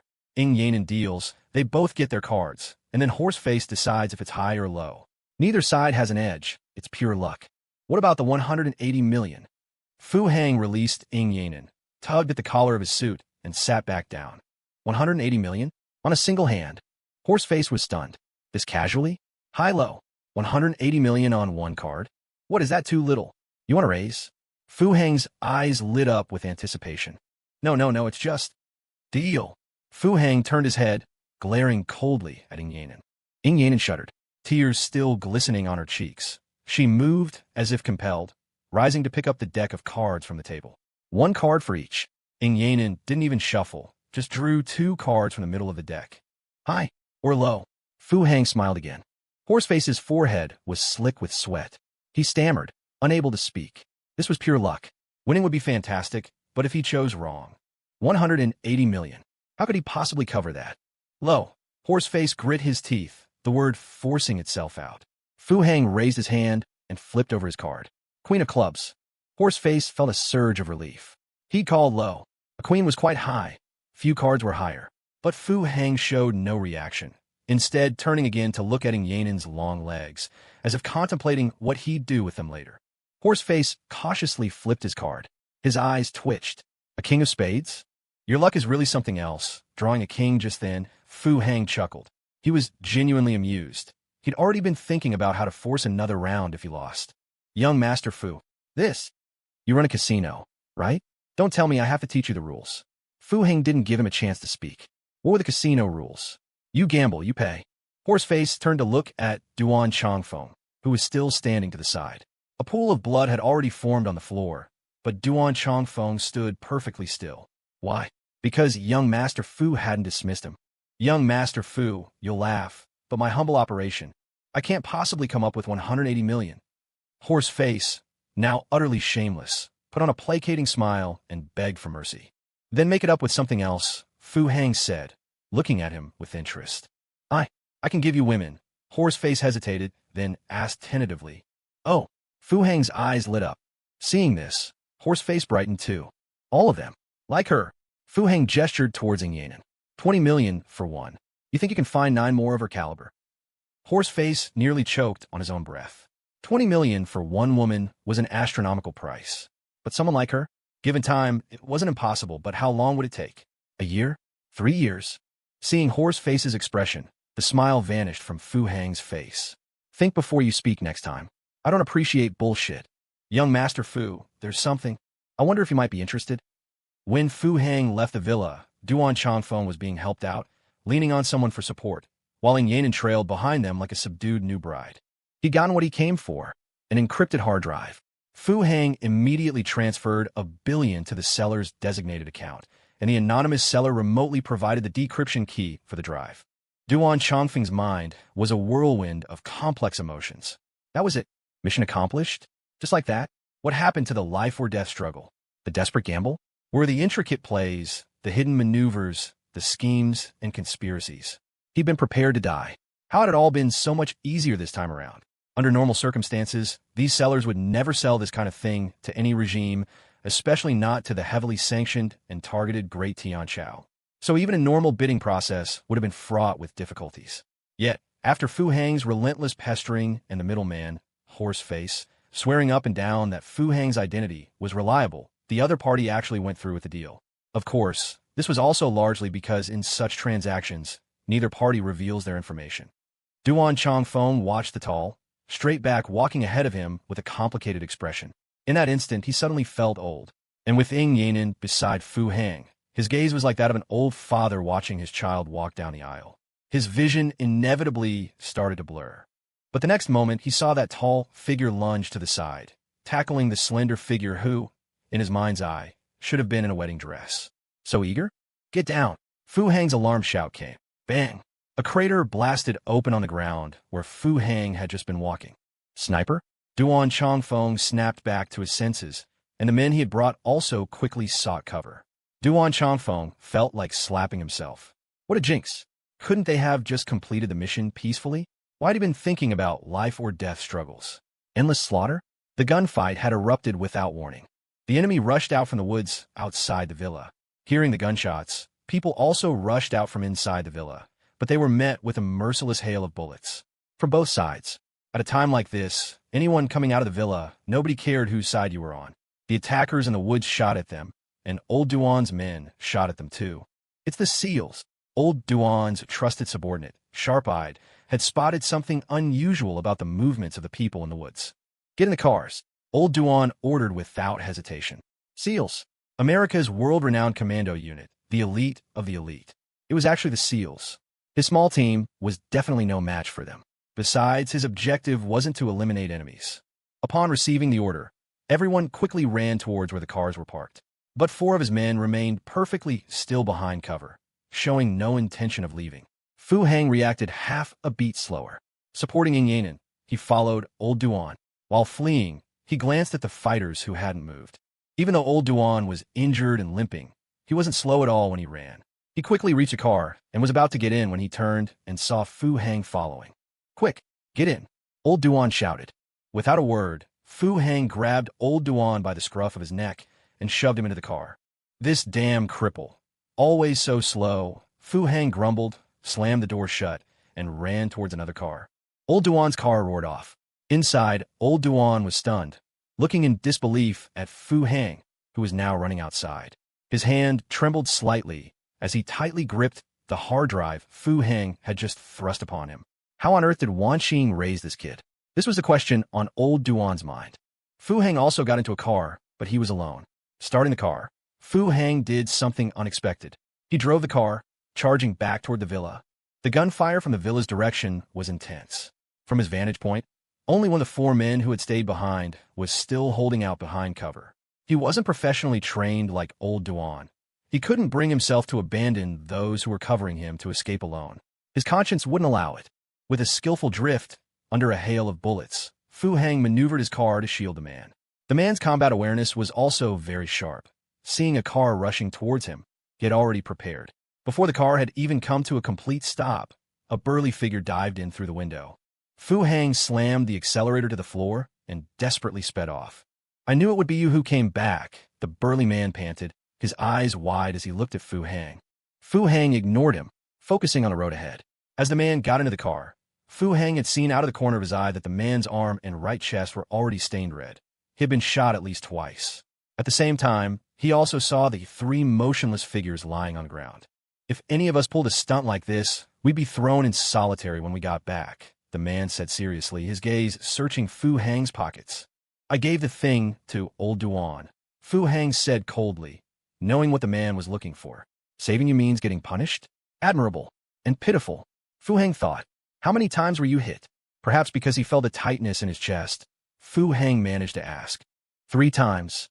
Arm and shoulder are just grazes, but this one in the leg is more trouble." The man said it was more trouble, but looked unconcerned as he tore off a piece of his clothing and tied it around his leg. Fu Hang snorted. "Grazes? That hole in your shoulder. I'm surprised I can't see what you had for lunch through it." "Nice driving." The man actually had time to praise Fu Hang. And Fu Hang's driving skills were indeed excellent. He hadn't let up on the gas, even drifting through several turns. "Hanqing Grand Mall, 5th floor, F4 racing circuit. I'm the record holder." Fu Hang raised an eyebrow. Driving skills obtained from the system. Too bad that aside from the arcade, he couldn't use them anywhere else. The speed limits in the Great Tianqiao were too strict. But at this moment, Fu Hang once again felt immensely grateful to the system. Thanks to Fu Hang's godlike driving skills, the sound of pursuing gunfire grew more distant, and he finally caught up to the speeding car ahead. The two cars sped along, maintaining a safe distance. In the car ahead, Duan Changfeng and Ing Yanin kept looking back. Ing Yanin was looking at Fu Hang behind them, while Duan Changfeng was observing their surroundings. He understood the SEAL's methods. It wouldn't end this easily. Clearly, the SEALs had an informant close to Horseface. If he had only been exchanging the person today, they wouldn't have made a move. But seeing the deal succeed, they couldn't sit still any longer. Are the SEALs a local gang? Fu Hang glanced at the rearview mirror. Seeing no pursuing vehicles, he relaxed slightly. SEAL team. The burly man grinned, starting to bandage the wound on his arm with a strip of cloth. Regular army? Fu Hang was stunned. It couldn't be those SEALs, could it? What on earth had he bought? Even now, Fu Hang had no idea what was on the hard drive. "What do you think? If we hadn't been caught unprepared, they'd be the ones suffering," the burly man sneered, a flicker of sadness in his eyes. Clearly, he was thinking of the 3 men left behind. Fu Hang fell silent.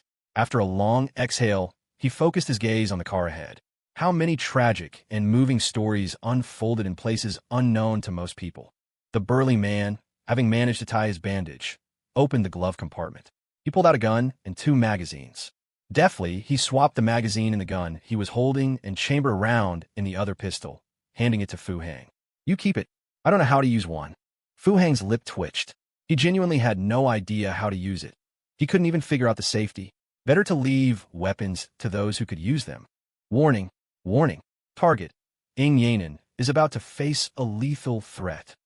A cold, mechanical voice suddenly echoed in Fu Hang's mind. Fu Hang's eyes narrowed.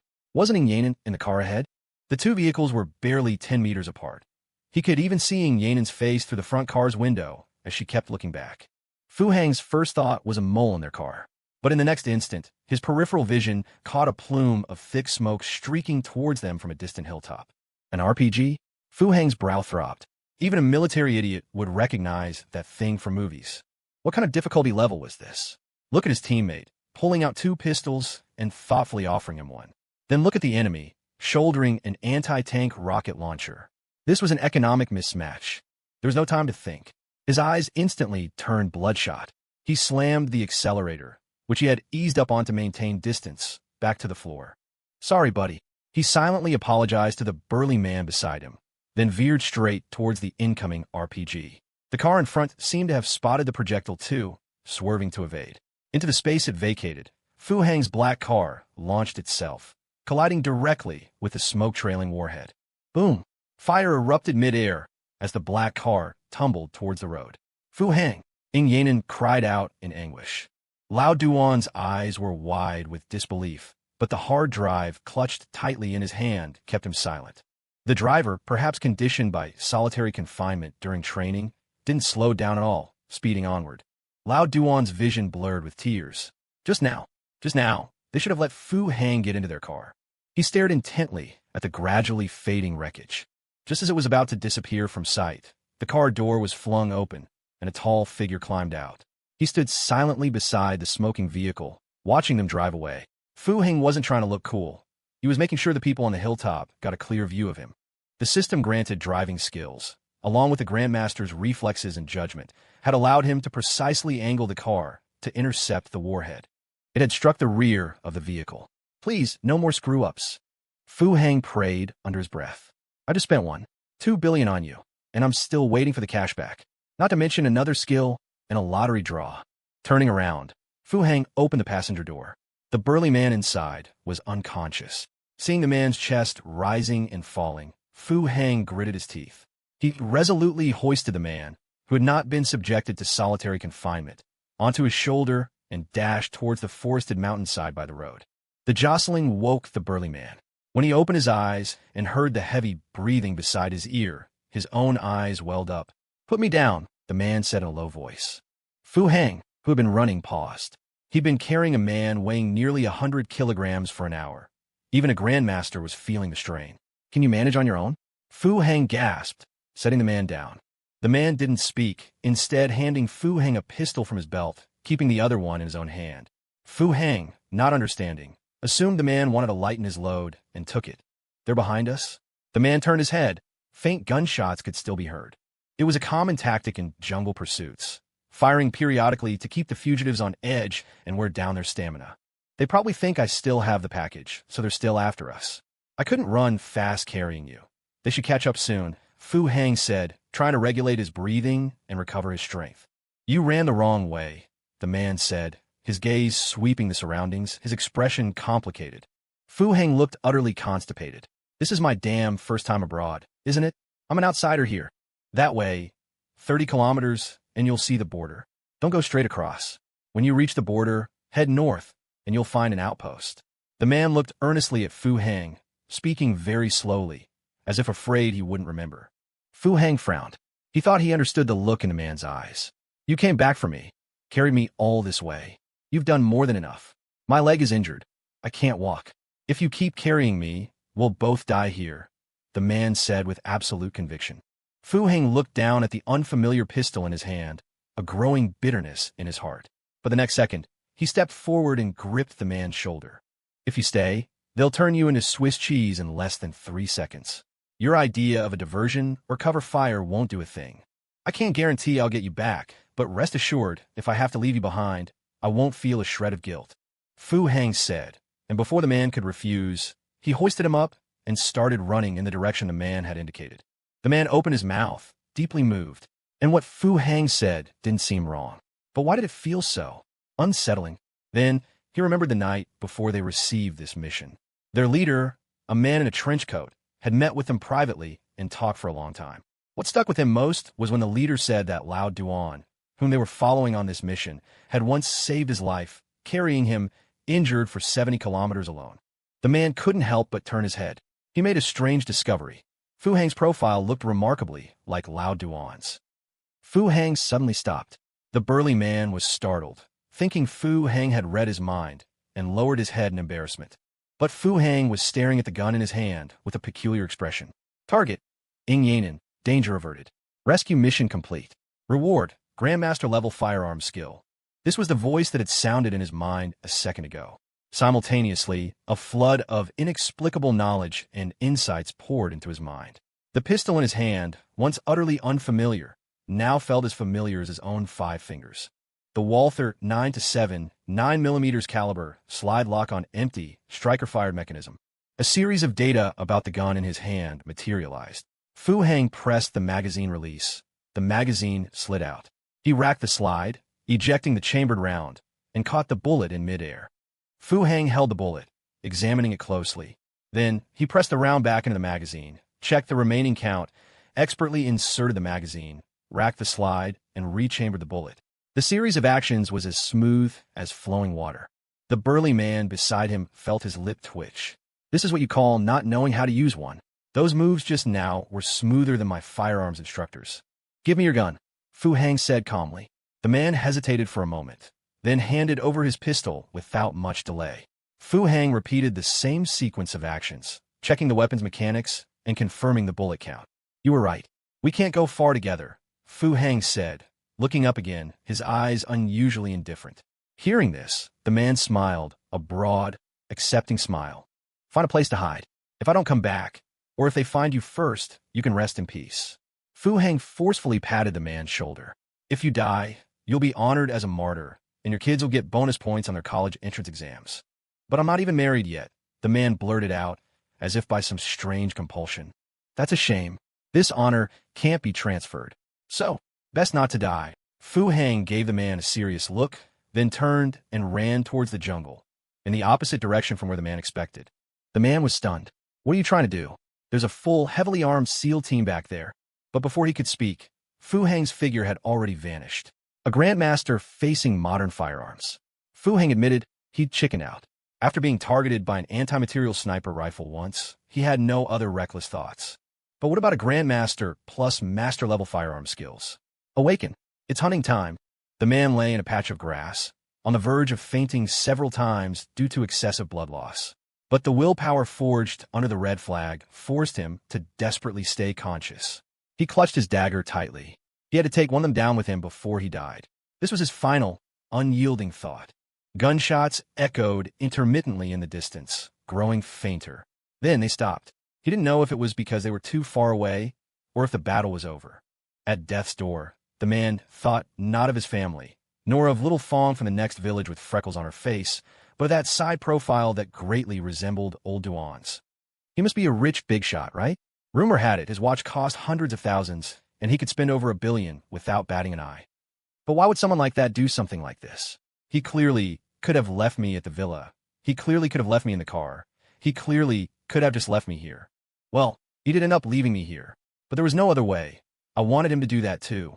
It was the right choice. Suddenly, the man recalled Fu Hang's behavior in that villa. That look he gave Yanin was truly perverted. I sense you're thinking some dirty thoughts. A strange voice suddenly whispered beside his ear. The man looked up in terror, seeing that perverted face and that perverted smile. He was covered in blood, his clothes tattered, with clear signs of close-quarters combat. His face was pale, but his eyes were bright. Even paired with that perverted smile, they were the brightest eyes the man had ever seen in his life. He was hoisted onto Fu Hang's back again, and they moved along the rugged mountain path. He didn't know what Fu Hang had done when he went back, only that no more gunshots came from behind them. Fu Hang only approached the outpost as dawn was breaking. The border guards, already prepared and waiting, spotted him from afar. Fu Hang made no unnecessary movements. He dropped the unconscious man to the ground, put his hands on his head, and lay prone. Are you kidding me? Border guards, 2 blood-soaked individuals approaching silently. If he got hit by friendly fire, who could he complain to? He wasn't worried about what came next. Forget SEALs. Once you're within the borders of the great celestial empire, even Neptune himself would have to kowtow to the goddess Mazu first. Old Duan arrived, and quickly. He first pulled Fu Hang into a tight hug, letting Fu Hang keenly feel a wave of intense brotherly affection. How are you still alive? Old Duan exclaimed, his words jumbled with emotion. Are you serious? I still have so much money I haven't spent. Fu Hang winced in pain. It proved that grandmasters were truly a product of their era. When facing advanced firearms, he still got injured. Though it was just a graze on his arm, it told him he still couldn't dodge high-velocity bullets, at least not completely.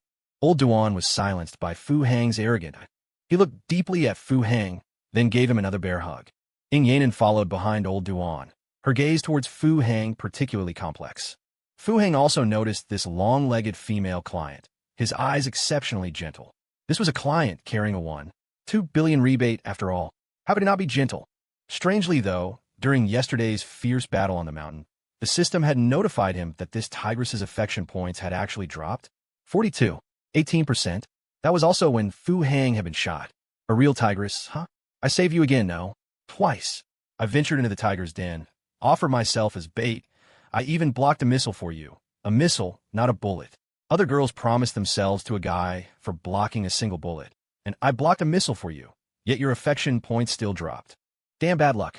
Fu Heng pursed his lips and tentatively opened his arms towards Ying Yanin. The mood here is so good. Aren't you going to come and thank me for saving your life? Ying Yanin didn't grant Fu Heng his wish. She gave him a complicated look, then turned and walked away. Indeed, the data doesn't lie. 42, 18% doesn't deserve a hug. 1.2 billion rebate, a long and arduous road ahead. Fu Heng boarded a dedicated ambulance and was secretly transported to a nearby hospital for treatment. Ying Yanin watched the vehicle drive away, her gaze unfocused. As a police officer, she respected this man, even idolized him. He fulfilled almost all her fantasies of a hero. King of soldiers, police god, secret agent. It seemed to be just like that. She couldn't imagine anyone stronger than him. But as a woman, she disliked this man, even feared him. He was shameless, perverted, quick-tempered, moody, and he had many women. Promiscuous, licentious, a rotten person. In a special care unit of a secret military hospital, Duan Chongfeng sat silently by the hospital bed. Lying before him was the man Fu Heng had carried back. You mean to say that you, Ji Feng, single-handedly, with 2 Walther P99s, took out a full SEAL team in the jungle? Duan Chongfeng's tone was calm, but his eyes were cold. Yes. Do you remember the specific details?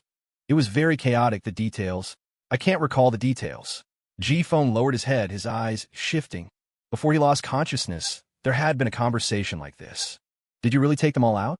A full commando team. If it were you, I mean, if you weren't injured, could you have done it? How could I? Under those circumstances, I couldn't have done it. Then under what circumstances could you do it?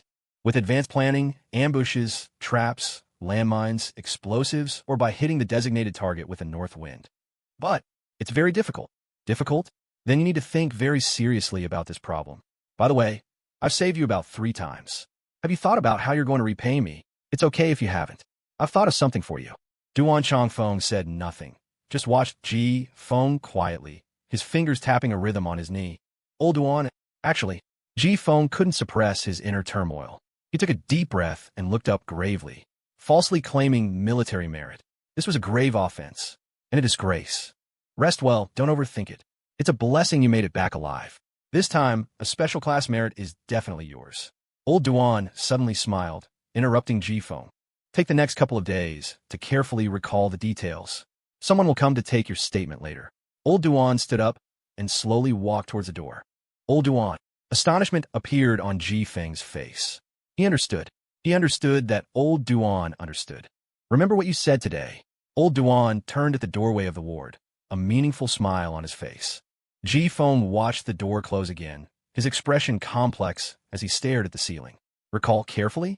Difficult indeed. Hidden mission complete. Reward. 1 year-end assessment lottery draw. Draw now. Fu Heng, who had been staring blankly at the ceiling from his hospital bed as if on death's door, shot upright, his face flushed with an excitement he couldn't contain. It seemed the hard drive had reached the right person. Draw. Fu Heng licked his lips, his eyes gleaming. This was the year-end draw, a reward for a whole year of perfect attendance. How could he not be thrilled? Just think about what he'd won before. The scene before him began to distort. A giant will slowly materialized, resembling a slot machine, ethereal, fantastical, almost like a VR experience. But Fu Heng paid no mind to that, his gaze fixed intently on the rapidly spinning contents. Whether it was due to extreme nervousness, he even thought he saw the words secrets of the universe art flash by. Could it be cultivation? To transcend mortality and ascend to the immortal realm? Stop! Fu Heng rubbed his hands together, shouting mentally, his eyes wide and fixated, like a gambler watching the final spin. The wheel gradually slowed. Heart-stopping characters blinked in and out of existence.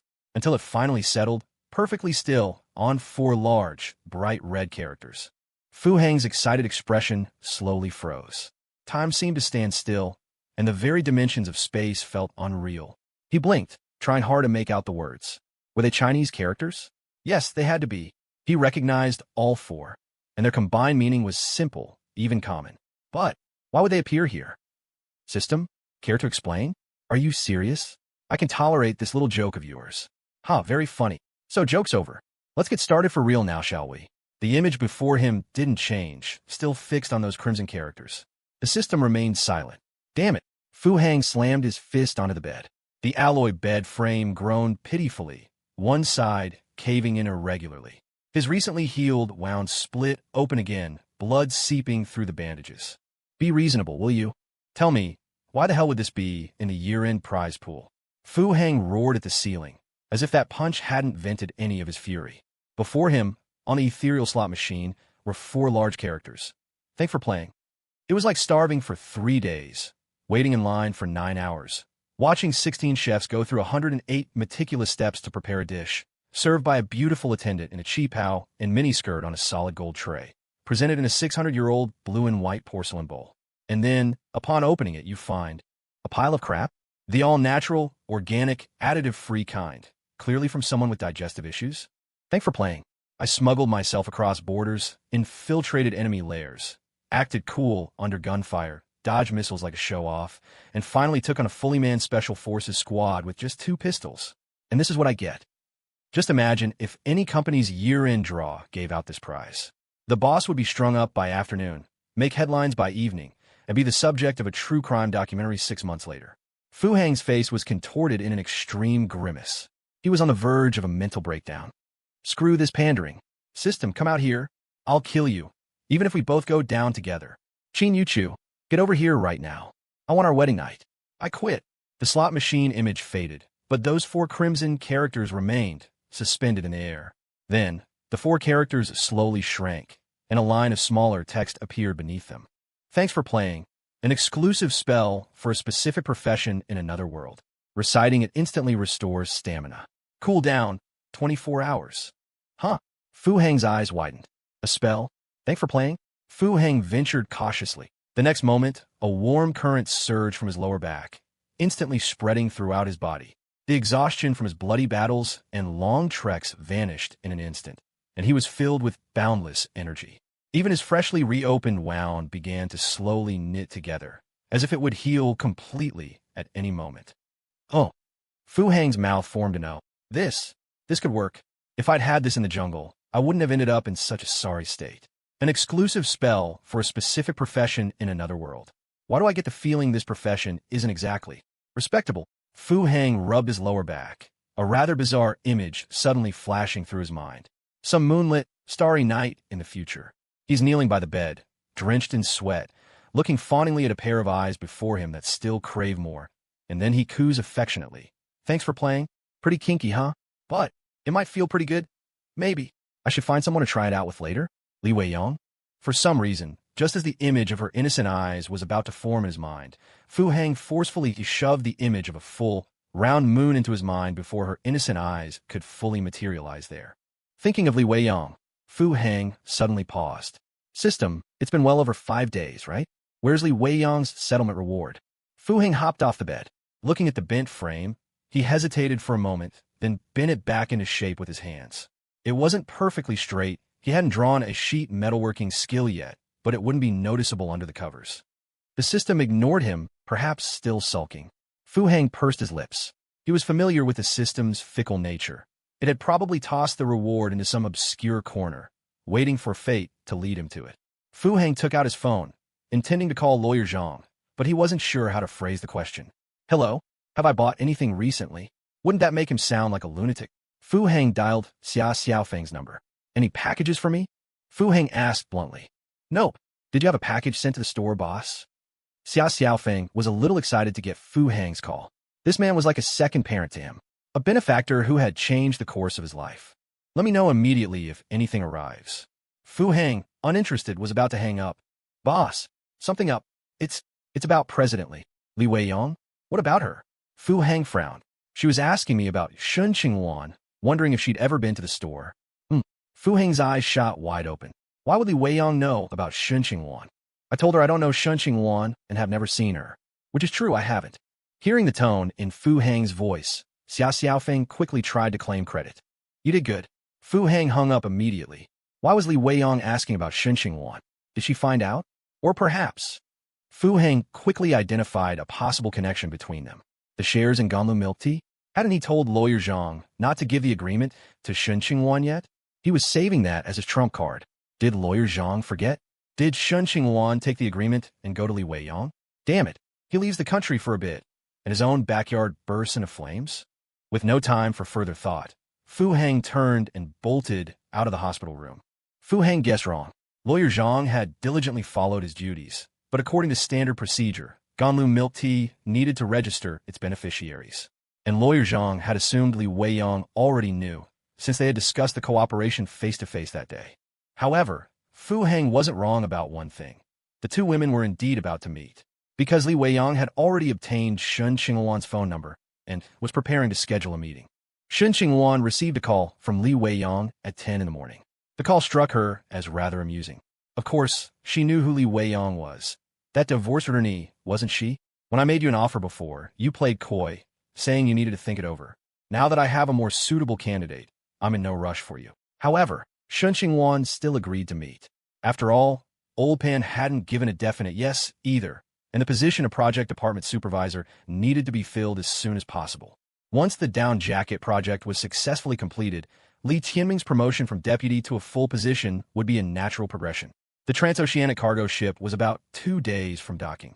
Still, Shen Qingluan didn't agree to meet immediately. Citing a busy schedule, she set the appointment for 3 in the afternoon. She grabbed lunch first, then browsed them all. When she was tired from shopping, it would be the perfect time to sit down at the cafe for their meeting. She'd heard a new trendy milk tea shop was supposed to open nearby. She wondered if the renovations were done. If they were, she could even pop in and get a photo for her socials. Shen Qingluan, in a pleasant mood, took out her makeup bag and started touching up her makeup. That was the great thing about being the department head. With any excuse, you could leave the office anytime, and no one would bat an eye. What to have for lunch? The question made her suddenly think of someone she hadn't seen in what felt like a long time. His injuries should have healed by now, right? Why hasn't he contacted me in so long? Or has he finally come to his senses? Realized that we were never meant to be? That made sense. Jumping from the 3rd floor was a brush with death. People often have epiphanies when faced with mortality. He's probably accepted reality now. A pity. He was actually a really good person. Li Weiyang hung up the phone, her expression serious. She'd been incredibly anxious these past few days. That day, she had been late, very late. By the time she rushed to the cafe, Fu Heng was, as expected, already gone. He hadn't even sent her a message asking why. And after that, he hadn't contacted her for days. Li Weiyang knew why. It was the same reason she hadn't contacted Fu Heng. Clearly, he was struggling with something too. This made Li Weiyang even more anxious. Even though work consumed most of her energy, whenever she had a free moment, her mind reeled with thoughts of ex-girlfriend, the idealized past love, new flame, old flame, the other woman. She even dreamed she was at Century Plaza, fighting 2 women at once. In her stilettos, she was yanking Qin Youchu's hair, only to be pinned to the ground by Shen Qingluan in black stockings. She couldn't take it anymore. Regarding Qin Youchu, Fu Heng's current girlfriend, she needed a long-term strategy. On one hand, she couldn't overcome her own feelings. On the other, she wanted to see Fu Heng's choice. If Fu Heng chose Qin Youchu, she would sincerely wish them well, and then peacefully help him achieve his dreams. But if Fu Heng chose her, what about Qin Youchu? A woman who has walked through the rain herself always wants to offer an umbrella to others. That was the young miss for you, intelligent and empathetic. But an ex-girlfriend? Li Weiyang felt she absolutely had to meet this idealized past love of Fu Heng's. She called her assistant to have lunch delivered to the office. She needed to conserve her energy and be in top form for the battle that afternoon. While Li Weiyang was eating, the employee cafeteria at Yuanwu Trading was also bustling. Li Tianming was in an excellent mood. The cash flow problem had been solved with a single phone call from Assistant Qin. He could finally stop feeling so constrained. In 2 days, when the cargo ship carrying his future and dreams docked, he could go all out and forge ahead. He picked up a piece of braised pork and chewed it thoughtfully. Then, suddenly, the meat in his mouth didn't taste as good. It was because he saw someone, that jittery intern. Well, not an intern anymore. He'd been made permanent. He never thought old Sue's calculated obliviousness would actually avert a risk. This naive young fellow, who had some ambiguous connection with Assistant Sheen, was truly unique. Don't get arrogant just because you're favored, Imperial Consort Sheen, Li Tianming thought. Considering I'm practically a minister of one of the 6 ministries now, what's this about having an Eastern Depot eunuch under me? How am I supposed to act naturally around that? Does he look natural? Still, after this Lu Junkai became permanent, he had indeed been working incredibly hard. He was the first to arrive at the company and the last to leave every day. If company rules didn't forbid sleeping at the office, he'd probably live there. Though Li Tianming had no idea what he was so busy with. Li Tianming, still lost in thought, jumped, and his piece of braised beltfish fell off his tray. Again? He looked towards the commotion, lines of exasperation forming on his brow. There was Eunuch Yu in the distance, holding his phone and suddenly acting erratically. This situation? Don't tell me the appointment for head of the Eastern Depot has come through? Isn't that a bit quick? The Secretariat hasn't mentioned any vacancies. The entire cafeteria was captivated by Lu Junkai's successive yelps. Those who didn't know what was happening shot curious glances, but everyone from Team 2 silently lowered their heads. It was too embarrassing. Lu Junkai was shouting so hard he was spraying bits of food everywhere, dotting the table. Fortunately, no one had wanted to sit with him recently.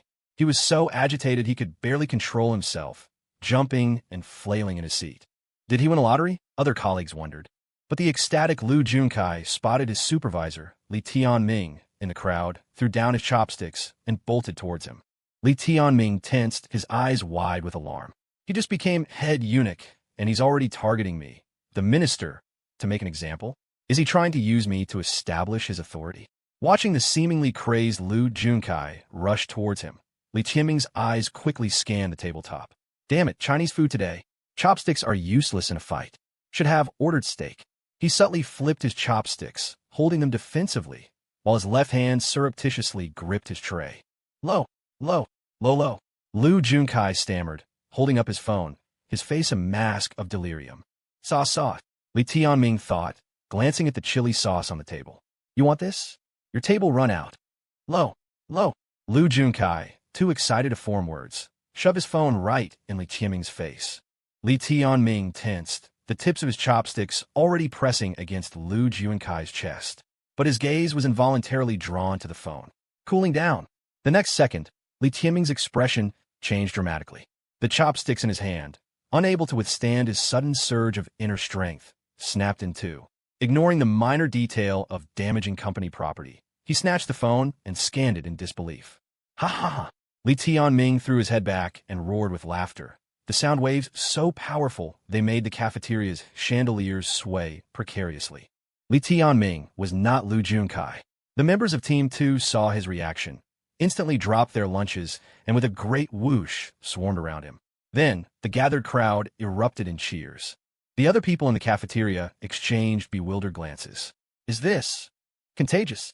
But before they could ponder it further, all the members of Team 2, with another whoosh, collectively exited the cafeteria, leaving behind a mess of braised pork and fallen braised beltfish.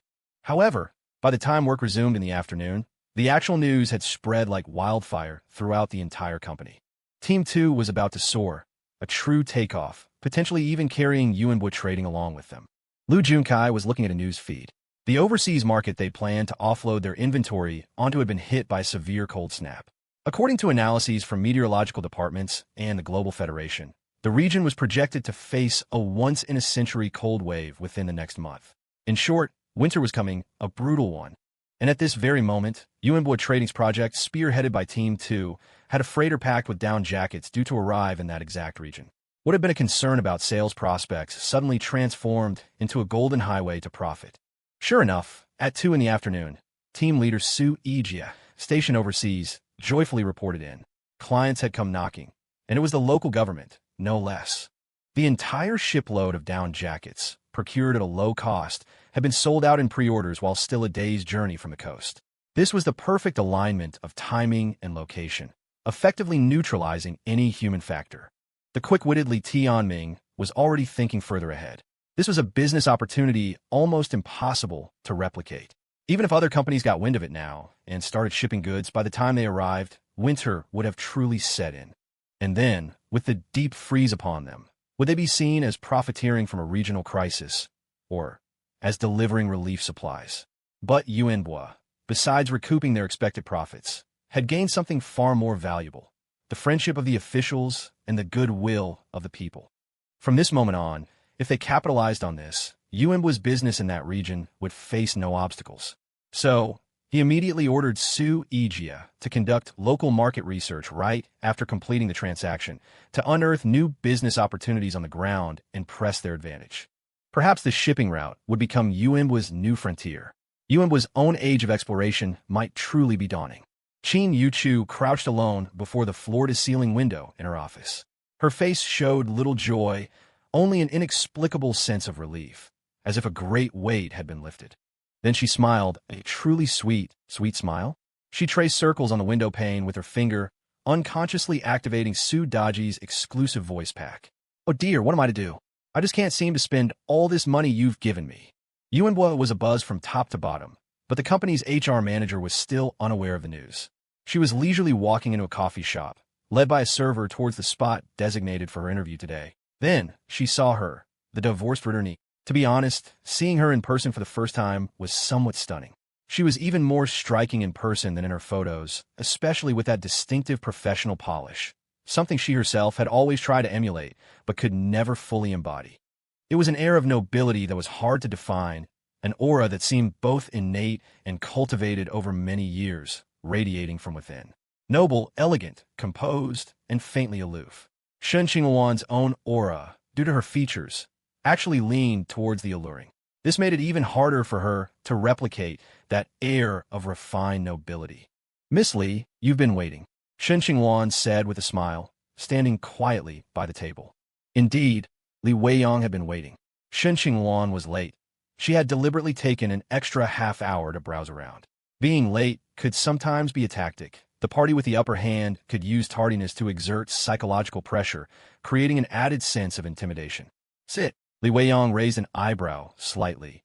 Her reply a single, flat word. Shen Qingluan's heart pounded. This attitude?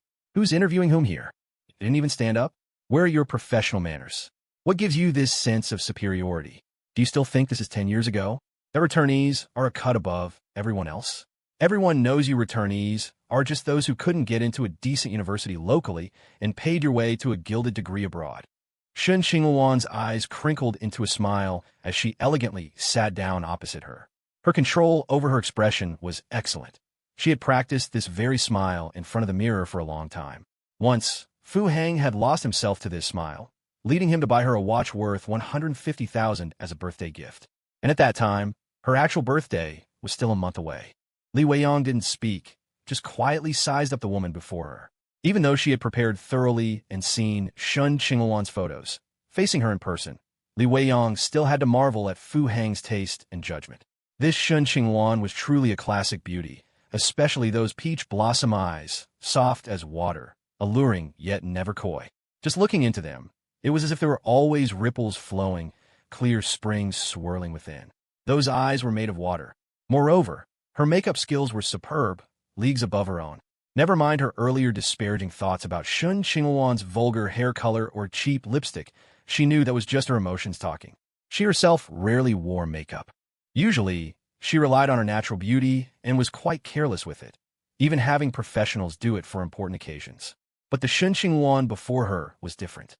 She clearly knew all her strengths, so her makeup wasn't exaggerated but was incredibly refined. Neither spoke further, just quietly observing each other. Their gazes were calm, with no dazzling sparks flying, no dramatic lightning effects. Until the server came over, and Shen Qingluan ordered a glass of lemonade. Ordering lemonade in a coffee shop, that said a lot.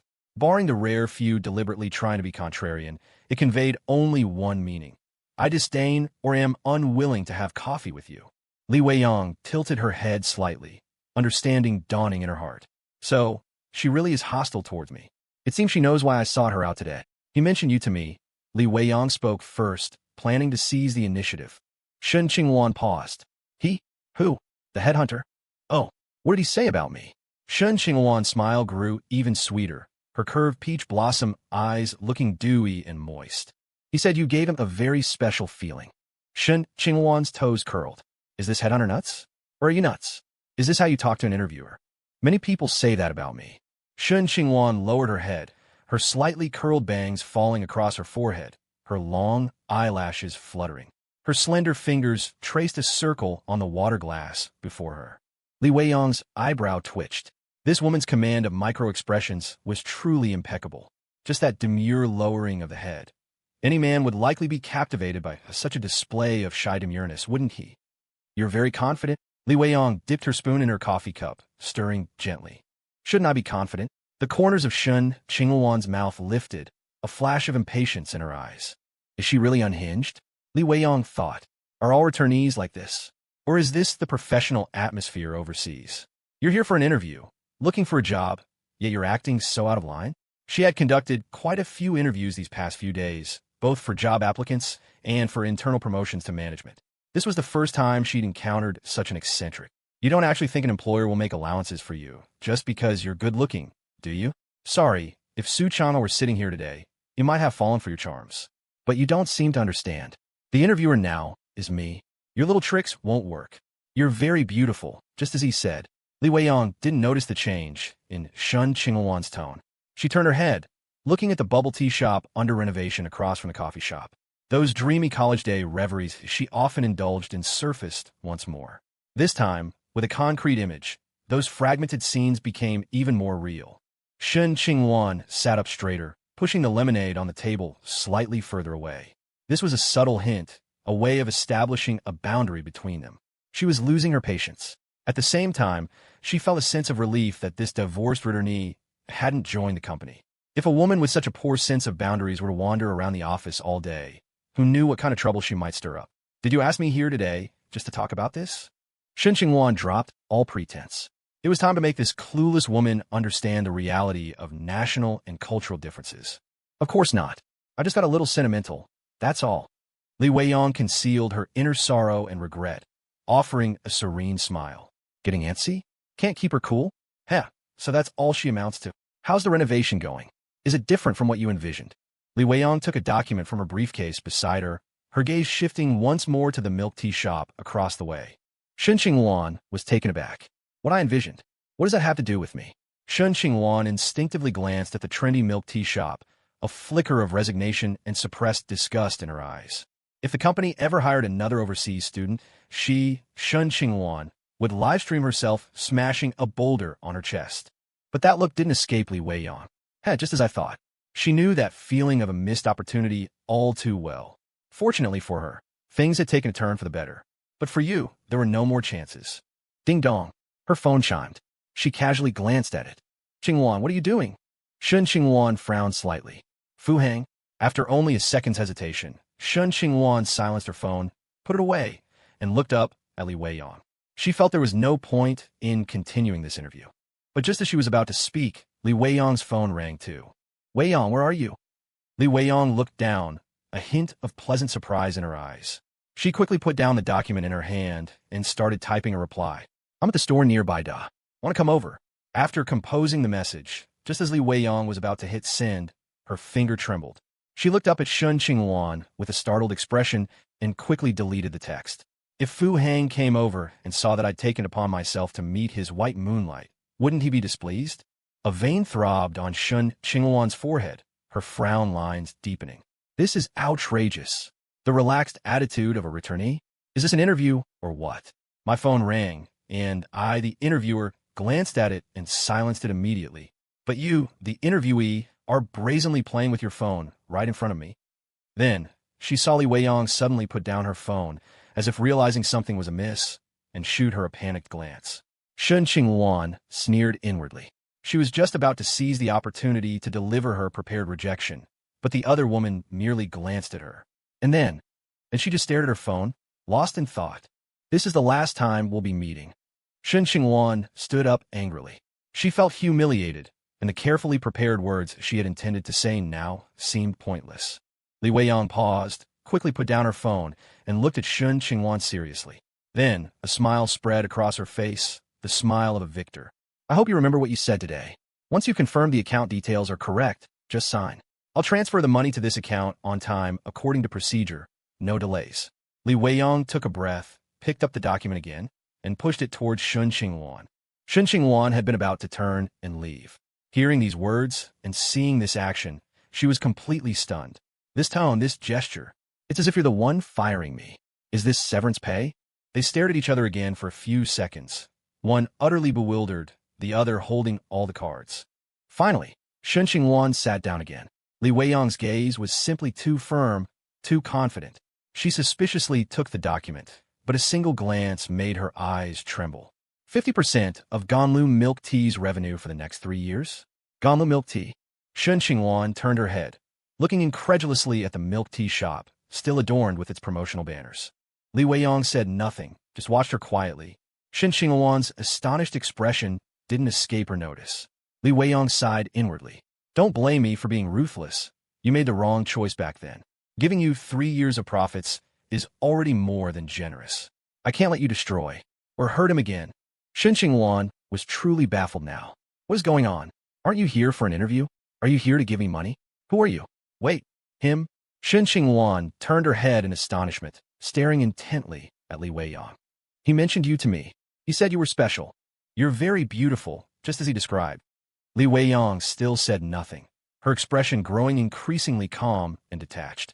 Shen Qingluan frowned, lowering her head to read the document carefully.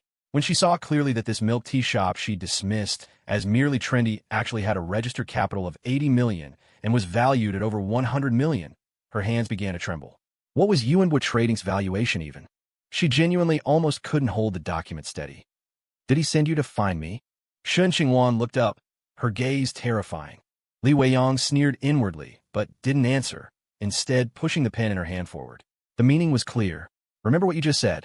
Sign, then leave. And as you promised, don't show up again. Shen Qingluan understood the look, but she was missing crucial pieces of the puzzle. She had guessed who he was that Li Weiyang referred to. The CEO. Only the CEO could make such a grand gesture. But what was the relationship between the CEO and Li Weiyang? Why would he give her this agreement through Li Weiyang? Is this Li Weiyang also the CEO's woman? Her divorce. Was it because of the CEO? This Ganlu Milk Tea, is it also his business? Shen Qingluan forcibly suppressed her doubts, her professional smile returning to her face. Calm down, I must stay calm. In an instant, she finally understood Li Weiyang's aggressive demeanor. It turned out she had been mistaken. This wasn't an interview at all. It was a war. A war between women. A correction. Now it's my business. Li Weiyang lifted her chin, speaking with haughty pride. I must make this woman face reality.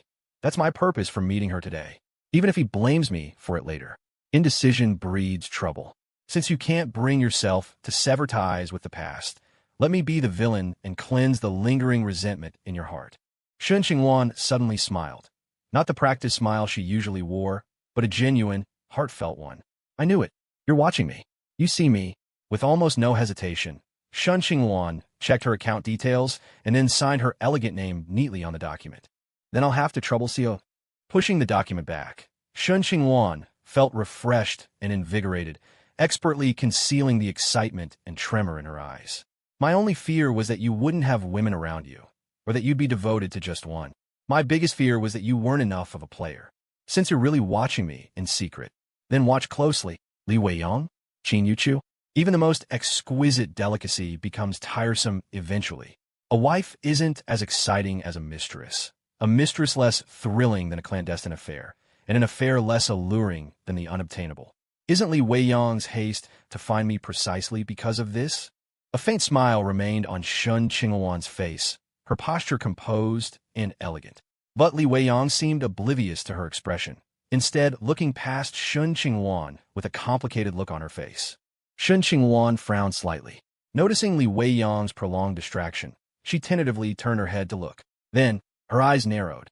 The CEO? He was a man with a tall, upright build and a resolute face, particularly exuding an air of complete control and a confident smile. With just one glance, Shen Qingluan determined that this was a man of high status. Right then, this man was embracing a flamboyantly dressed woman, standing quietly outside the cafe window, silently watching her. His gaze was gentle, refined, yet filled with an extremely strong undercurrent of suggestion and possessiveness. Shen Qingluan's heart pounded wildly. As if unable to bear his intense gaze, she shyly lowered her head. But in the instant she lowered her head, she glanced at Li Weiyang again out of the corner of her eye. Indeed, Li Weiyang's expression was complicated. Annoyance? Disgust? Angry but daring not to speak? Those hesitant eyes, those evasive pupils, that look of someone who clearly wanted to go up and tear at the hair of the woman beside the man, yet was forcibly restraining herself. Heh, is that all? You still want to pressure me? Maybe back down? You're not even as good as that university student, Qin Yuchu. Qin Yuchu's assessment of the CEO surfaced in Shen Qingluan's mind. He has many women. Lifting her head again, Shen Qingluan looked at the woman beside the man. At first glance, her appearance was somewhat similar to Qin Yuchu's, the type who looked very obedient. But in terms of looks, she was a tier lower, dressed too seductively, too deliberately aiming for sexy. Never mind Qin Yuchu. Someone of this caliber, Shen Qingluan, could outshine in minutes. Did she have other special talents? Or was the so truly a man of varied tastes? A ripple seemed to pass through Shen Qingluan's eyes.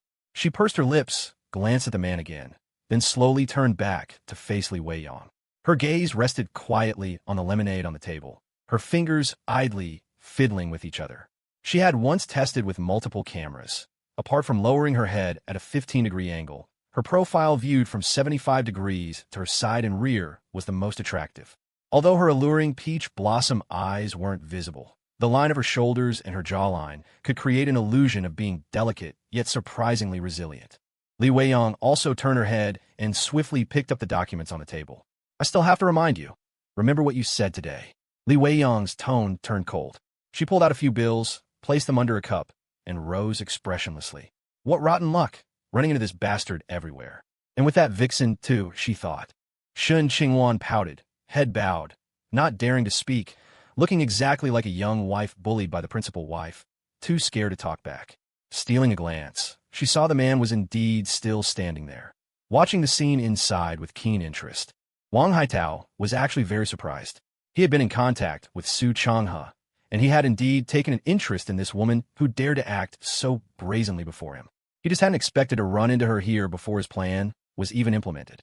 Moreover, she was with his ex-wife, Li Weiyang. This was getting interesting. Seeing her demeanor just now. Ho ho, from the streets? Then wouldn't his arrangements be unnecessary? Tightening his arm around the waist of the secretary beside him, a playful look appeared on Wang Haitao's face.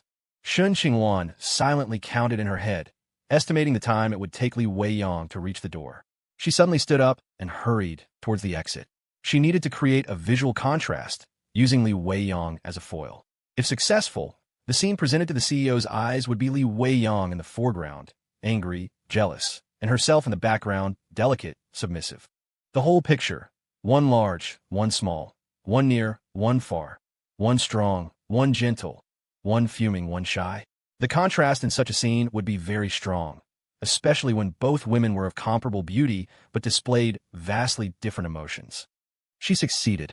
Just as Li Weiyang was about to walk out the cafe door, Shen Qingluan caught up, positioning herself at the perfect angle, successfully creating the intended scene. The meticulously designed, visually impactful scene she had concocted in her mind was perfectly presented before that man. However, that man was Fu Heng. Shen Qingluan froze, staring in astonishment at the panting man standing at the cafe entrance. Why was he here? Hadn't she not replied to his message earlier? How did he know she was here? Li Weiyang was also stunned, her expression complicated. The situation was too bizarre. The idealized white moonlight, the other woman's ex-husband, the other woman's ex-husband's other woman. No, I'm not the other woman. We're innocent. Li Weiyang thought frantically. The other woman's ex-husband and his other woman aren't important. What's important is, how do I explain this? How do I explain meeting Shen Qingluan? Will he be angry? Will he ignore me? Will he blame me? Or will he ignore me and go straight to his white moonlight? Li Weiyang stood rooted to the spot, biting her lip, afraid to move. She wanted to see who Fu Heng would walk towards, who he cared about more. But she quickly thought of something even more awkward. Her own ex-husband was also there, standing right next to Fu Heng. This is so melodramatic. The scriptwriter would get cyberbullied for this, right? Fu Heng licked his lips. He was a bit tired from running, but mostly he was mentally exhausted. The moment he returned to Hansheng, He messaged both clients. However, neither of them replied. This gave him a very bad feeling. Could it be that they had already met? Then, he subconsciously called Xia Xiaofeng to ask if he knew anything. However, manager Xia, who had never let him down, was still solid. He indeed knew. But this news drove him crazy, because both clients were currently sitting in the cafe opposite the Bida department store, and Xia Xiaofeng had even thoughtfully sent Fu Hang a photo. Skills change lives, careers build futures. Xia Xiaofeng was now very clear about his role. He practically spent 24/7 at the two news stores. When Fu Hang saw that photo, his eyeballs nearly popped out. What are you two doing? Negotiating a 2 billion project? That's my 2 billion. I'm just a simp. How did my simping lead to this chaotic showdown? Other people's scandals expose them as scumbags. My scandal means bankruptcy. Fu Hang rushed towards Bida without stopping. To save time, he took a shortcut and ran. He had planned to first hide in the milk tea shop opposite to observe the situation, then deploy his strategic depth based on the battlefield conditions. But who would have thought, just as he reached the entrance, a quick glance? Was the milk tea shop playing that song? Just because I caught one more glimpse of you in the crowd? The scene before him was very picturesque. Two stunningly beautiful faces, near and far, simultaneously showing surprise. One with surprise mixed with delight, the other with surprise mixed with bewilderment. Could the expression of astonishment be interpreted in so many varied and vivid ways? Fu Hang was a bit breathless at this moment, not mainly from physical exertion, but from his heart spasming. His gaze rested on a very clever spot, an ambiguous point located as if the bridges of their noses were fulcrums at the intersection of tangent radii of outwardly oblique, concentric circles. From this angle, neither woman could be sure who he was looking at, yet at the same time, it allowed both to think he was focused on the other. In this moment, Fu Hang felt the precariousness of old Duan's 20-year undercover career, like walking on thin ice. Life is like a play, and it was time to act. Whether he could hold on to these 2 billion depended on this moment. Fu Hang slowly retracted the tongue that had been licking his lips. His gaze shifted down slightly. Sweat began to trickle down his forehead, causing his eyelashes to quiver as it passed over his left eyelid. This tremor made Fu Hang's eyelids close naturally. Immediately after, Fu Hang started to pant, gasping heavily. His vision began to blur, his pupils slowly dilating. His unfocused gaze remained fixed on that spot. But as he panted and his body heaved, this unfocused look appeared exceptionally complex. But complex in what way? How would Fu Hang know? He was completely clueless about the actual situation. What emotion should I use to play this scene? Is there a director on set to give me some cues? Nobody gave me a script. Li Weiyang gradually straightened her spine. She stubbornly lifted her chin, staring fixedly at Fu Hang. This stubbornness stemmed from her anticipation and longing for Fu Hang, from her yearning for youthful, storybook campus romances and the regrets she held. Yet, her peripheral vision was tinged with a certain trepidation, a trepidation originating from the man beside Fu Hang, her ex-husband, Wang Haitao. Even though they were divorced, the situation was undeniably awkward. Shen Qingluan's frown deepened with each passing second. After 10 seconds, her gaze became evasive. The CEO was here. The CEO's women were here, 2 of them, no less. If Fu Hang made a scene now, wouldn't all her carefully cultivated efforts be for nothing? Although it was highly probable the CEO knew Fu Hang, this delivery guy from his hometown, it was precisely because of this that she had to stop him. Shen Qingluan understood men well. A competitor of equal status would ignite a man's competitive spirit, but an opponent who was world apart, a long-for crystal pudding would lose all its appeal if a fly were buzzing around it. Wang Haitao struck an elaborate pose at the cafe entrance. To accentuate his roguish, devil-may-care image, he even surreptitiously tugged at his pant leg, revealing a sliver of his black and white patterned socks. The secretary beside him, upon seeing Li Weiyang, became remarkably docile. It was strange. The day she had been cornered in the office, Li Weiyang hadn't screamed or thrown a tantrum. She had merely given her one cold look, and that single glance had made the secretary feel an inferiority that seeped into her very bones. This was a true young miss. Li Weiyang's aura was simply too powerful.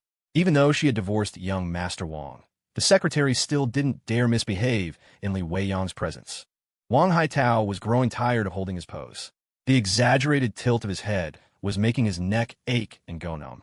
The 2 women were clearly walking towards the entrance, so why weren't they coming out? It didn't look like they were fighting over the bill, could it? Helplessly, Wang Haitao twisted his neck, adjusting the angle. His current posture had less rebellious defiance and more arrogant condescension. "What are you doing here?" Shen Qingluan was the first to speak.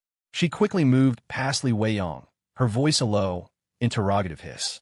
Fu Hang's heart eased. Qingluan was indeed the most considerate. He had almost lost control of his expression just now. Acting, especially in a scene with others, required cues. Who just throws someone onto a set without any prior context and expects them to perform? Fu Hang said nothing, his expression barely shifting, only his pupils dilating slightly. This was his response to Shen Qingluan's question. A scene with others. But he didn't just have one scene partner now, did he? He had to play off two people. And the other one hadn't given him a signal yet. "I don't care what you're here for. I don't have time for you right now." Shen Qingluan took another step forward, standing beside Fu Hang, her voice hushed to an extreme low. The step was ambiguous, as if she were merely passing by, or perhaps hadn't moved at all. From this angle, her peripheral vision caught the CEO. He hadn't left. He was still waiting for her at the entrance. "Fu Hang, how many times have I told you? Stop pestering me. It's impossible between us. I never have, I don't now, and I never will like you," Shen Qingluan declared, having made a swift decision after her eyes swept over those black and white patterned socks. Fu Hang's eyes twitched again. The subtlety of the movement was difficult. If he weren't a grandmaster at it, he couldn't have controlled such a minute reaction so precisely. He couldn't react too strongly. Weiyang hadn't given a clear signal. But his reaction couldn't be too slight either. After all, Qingluan's emotions were already peaking. What in the world was going on? What had they talked about? Why couldn't he get in sync with the scene? Shouldn't they be calling him a scumbag by now? Why did these lines sound emotionally charged? Yet the script felt completely wrong. "I know you like me, but it's impossible between us." Shen Qingluan stood tall, her eyes devoid of pity. Her once dewy, alluring eyes now held only icy ruthlessness. Shen Qingluan knew that at this moment, she had to adopt a clear attitude and stance, leaving no room for ambiguity. If only two men were present, she might have tried to stall, appease, or create diversions. But now, besides the two men, there were two women, and they looked to be women of her own caliber at least. Any hesitation now would become leverage for these two women, a fatal opening for them to attack her viciously. Women understood women. Slap. Li Weiyang finally gave her cue. But this cue made even Grandmaster Fu Hang's carefully managed expression falter. How was he supposed to react to this? Shen Qingluan was stunned by the resounding slap. What was happening? Weren't they supposed to be vying for favor? Now that a fly was buzzing around her, shouldn't Li Weiyang be gloating, adding fuel to the fire? Why did she hit her? Where was her ladylike composure? Her elegant persona? Her noble purity? Her aloofness? Shen Qingluan stared at Li Weiyang in disbelief. "No particular reason. I just felt like slapping you." Li Weiyang shook her stinging right hand and looked up at Fu Hang. She hadn't missed the dazed, desperate look in his eyes moments ago. It was the look of beautiful memories shattering, cherished illusions crumbling. It was the confusion and despair of a past cruelly denied, a future unseen. Her heart ached. Why did a simple, devoted man like Fu Hang have to suffer such pain? And time again, and this shameless woman, after knowing Fu Hang had gifted her such a large sum of money, still dared to speak such heartless words. Did that make her look noble? Then why did she sign for the money? Why did she accept it? Or did she think she had Fu Hang completely under her thumb? Li Weiyang felt incredibly satisfied with that slap. It was clean and decisive. Truth be told, it was the first time she had ever hit someone. It felt great. Wang Haitao, at the entrance, had heard the commotion when Shen Qingluan began her outburst. He couldn't help but inch closer to the doorway, just in time to see Li Weiyang slap Shen Qingluan. He too was dumbfounded. Li Weiyang hit people? What are you looking at? Got too much time on your hands. Or are you interested in this kind of trash too? Li Weiyang's gaze bypassed Fu Hang and landed coldly on Wang Haitao. Met with that icy stare, Wang Haitao unexpectedly felt a pang of guilt. Li Weiyang reached out, grabbed Fu Hang, who still hadn't caught up with the new plot developments, shoved Wang Haitao aside, and strode towards the mall exit. Shen Qingluan turned her head, one hand cupping her cheek, her eyes slowly reddening. The tears were partly from pain, but mostly, she finally understood why Li Weiyang had suddenly struck her. The moment Li Weiyang pulled Fu Hang away, she got it. What a vicious tactic, what a brilliant move. Was this to firmly establish her as someone who used and abandoned Fu Hang? Or was it because of that fly? This way, her relationship with Fu Hang would become truly inexplicable. She desperately wanted to chase after them, grab Li Weiyang's hair, slam her to the ground, and slap her dozens of times. But what about her carefully cultivated persona? I'm sorry you had to witness that. Shen Qingluan, teary-eyed and covering her face, looked sorrowfully at Wang Haitao, who still wore a complicated expression. Then, she turned and ran off in the opposite direction. At this moment, throwing herself into his arms would have been the optimal solution. Once she did that, no further verbal explanation would be needed. The all-encompassing expression of body language could resolve all problems. But could she? Yes, but she didn't dare. Because beside the Seo still stood a timid, submissive woman. Don't be fooled by her current lack of threat. Such women were the most dangerous. Shen Qingluan ran off too. Wang Haitao licked his lips, images of Li Weiyang hitting someone, and Shen Qingluan getting hit flashing through his mind. Damn, both of those had a real kick to them. Let's go. Back to that store where you were trying on clothes earlier, Wang Haitao said, grabbing his secretary. But didn't you say that dress didn't look good on me? Never mind that. Go to the dressing room. Fu Hang was dragged into the parking lot by Li Weiyang, and even after sitting in her car, he still looked completely baffled. Was this woman for real? When it mattered, she really stepped up? Could someone explain what just happened? Did my client know? 3. Just slap my client know. 1. Is competition in the buyer's market really this cutthroat?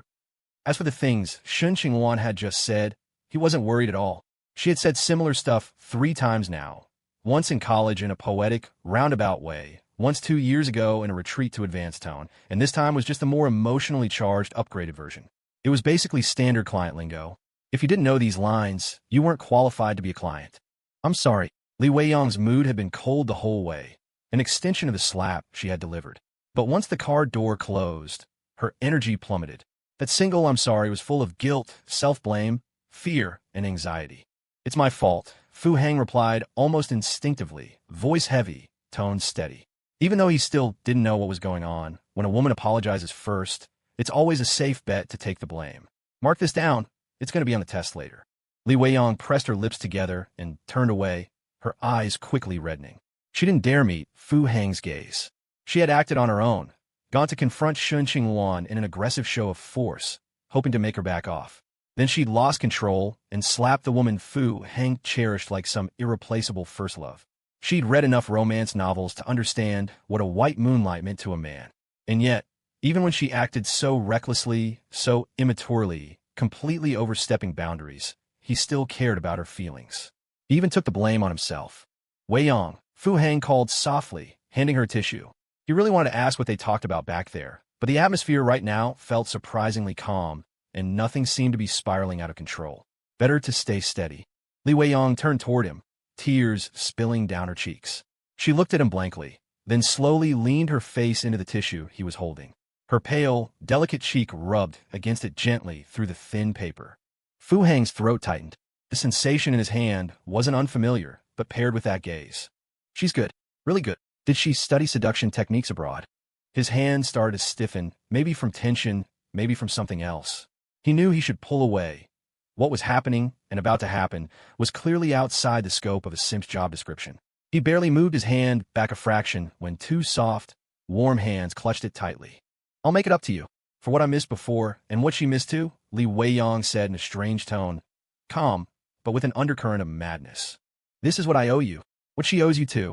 Li Weiyang suddenly yanked his hand in her chest. Just as Fu Hang was about to pull away, her soft lips pressed against his. The next second, he felt a shift in weight. Someone had climbed onto his lap. Wait, what? Weren't you in the driver's seat just now? How'd you get over here that fast? So smooth. Were you a martial arts master? Fu Hang's response was awkward, completely out of his comfort zone. Every time he watched tutorial videos, he'd skip this part. Knock, knock, knock. Sound effect, don't imagine things. A crisp tapping came from the car window. Li Weiyang ignored it. Fu Hang heard it too, but didn't react. Knock, knock, knock. Another 3 taps. Fu Hang twitched. What is this? A QQ notification. Li Weiyang's fluid movement started to falter. Maybe she realized they were in a parking lot. Knock, knock, knock. Fu Hang's fist clenched in frustration. Do you know how rare it is to have the perfect timing, location, and mood all line up like this? Do you understand how hard it is for a simp like me to deal with premium services that go beyond the usual scope? Do you know how much mental prep it takes to work up this whole resist, yet surrender mood? Reluctantly, Fu Hang let go of the tongue in his mouth and glared angrily outside. Damn it. Just as he turned, he bit his tongue, his own. Outside the window was a pair of bright, clear eyes, pure and untainted, like an aunt cooing over a newborn nephew. Qin Yuchu. Fu Hang's tongue went numb, his limbs turned cold. His wide-eyed terror didn't even make sense to himself. I just left the country, killed a few people, and now you're telling me this mall has this much surveillance? Li Weiyang had also noticed the person outside. In a panic, she scrambled back to the driver's seat, though not nearly as gracefully as she'd gotten over before. She bumped her forehead against the rearview mirror, her knee hit the wiper control, and the wipers started screeching across the dry windshield. Outside, the woman stood quietly, hands behind her back, looking a bit shy and uneasy. Fu Hang stiffly moved his eyes, sneaking a glance at Li Weiyang's disheveled skirt. He subtly pulled his shirt down to cover the half-unbuckled belt. What the hell just happened? Wasn't this supposed to be a love triangle showdown? The shift in tone had already been jarring, and now this? Whose plotline is this? Are we worried the later parts won't get approved? Or that writing them will land us in trouble? But the readers love this stuff. Fu Hang gritted his teeth and lowered the car window, avoiding eye contact with Qin Yuchu. I just wanted to remind you, there's a security camera, Qin Yuchu said softly, without looking at the mess inside the car. She pointed to the blinking red light on the roof camera. Thanks, Fu Hang muttered, mouth twisted, sucking in his stomach while fastening his belt. Li Weiyang stayed, turned away, arms clutched around herself, ignoring the exposed stretch of her thigh. Her forehead throbbed. Her knee ached, but none of it really registered. She had just slapped the former crown princess and now found herself cornered by the current queen. Might as well die. I'll be going then, Qin Yuchu said with a small wave before turning and walking away quietly. Fu Hang opened his mouth but couldn't get his tongue to work. No sound came out. Will you be coming over for dinner tonight? I made soup, Qin Yuchu called back after a few steps, smiling sweetly. Fu Hang nodded stiffly, his grip on his belt tightening. A few feet away, the hazard lights of an ADQ-7 blinked. Qin Yuchu opened the door, got in, and turned on the headlights. The car made a slow turn and drove off. Fu Hang didn't bother to wonder how Qin Yuchu ended up driving that ADQ-7 or when she got her license. He turned to look at Li Weiyang, who was hastily pulling down her skirt. He wanted to ask, so, should we keep going? But the words stuck in his throat. I'll drive you over, Li Weiyang whispered, biting her lip as she pressed the ignition. Qin Yuchu hadn't said much at all, but somehow Li Weiyang had seen the same cold, indifferent look in her eyes as when she had once stood outside that office door. In the end, she had become the person she once hated the most. Li Weiyang didn't say a word the entire way, keeping her emotions tightly controlled, not even glancing at the passenger seat. Fu Hang sat in the car, feeling incredibly uncomfortable, as if on pins and needles, with a prickling sensation on his back and a lump in his throat. He no longer knew what he was supposed to be feeling at this point. The car stopped at the entrance of Hanqing University. Fu Hang was slightly taken aback. The central locking system clicked open, Li Weiyang's way of telling him to get out.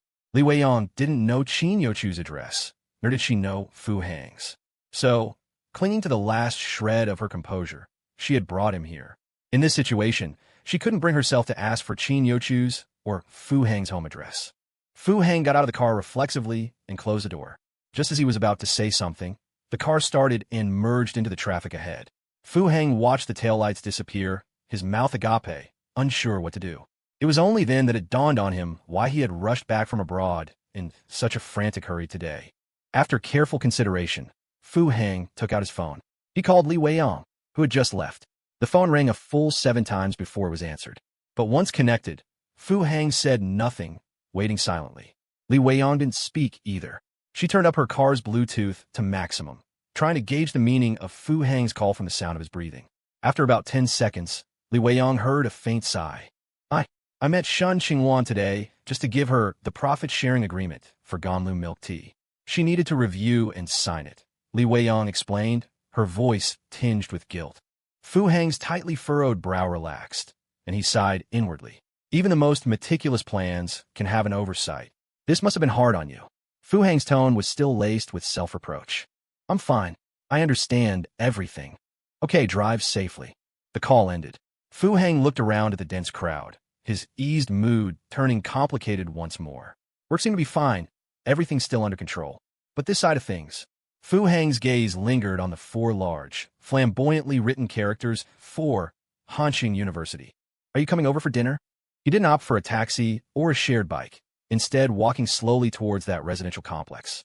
Standing outside apartment 909, Fu Hang's hand hovered over the doorbell for a moment before he keyed in the passcode and pushed the door open. The living room was empty, but a faint aroma of garlic wafted through the air, and there was a fair bit of noise coming from the kitchen. Fu Hang carefully slipped into a pair of slippers and approached the kitchen, peeking inside. The scene inside made him momentarily dazed. She was wearing a simple, long, home-style nightgown, the off-white fabric pattern with dark gray checks. A cartoon cat apron was tied around her waist, accentuating her slender figure. Below, her delicate, fair ankles were visible above a pair of pink plastic slippers. Her heels looked translucent and perfect. Fu Hang licked his lips, wondering if he should make a sound to let her know he had arrived. "There are grapes on the table. You can have some. Dinner will be ready soon." The woman at the stove didn't turn around, speaking casually. "Okay." Fu Hang flinched slightly. So she already knew he was here. Fu Hang didn't move, instead taking a step forward to lean against the kitchen doorframe, watching her cook. To a master chef, her technique would seem full of mistakes, but her movements were fluid and practiced. "I can't make any elaborate dishes. I never had the chance to practice before." Qin Yuchu turned her head, a serene smile on her face. "Need any help? You've tasted my cooking before." Fu Hang smiled too, rolling up his sleeves. "Not today, it's almost done. Go wash your hands and sit down." Fu Hang didn't insist. Out of the corner of his eye, he saw a cookbook by the stove, and, on the other side, a phone stand held up a phone playing a cooking streamer. If he barged in now, all his efforts to get on her good side over the past 3 years would truly be for naught. Fu Hang silently reminded himself that later. Even if the food wasn't fully cooked, he had to eat every last bite with the enthusiasm of someone filming a commercial. Just as Qin Yuchu had said, there were no elaborate dishes, just a simple 4 dishes and a soup. Green pepper beef, hot and sour shredded potatoes, stir-fried lettuce stems, and garlic bok choy.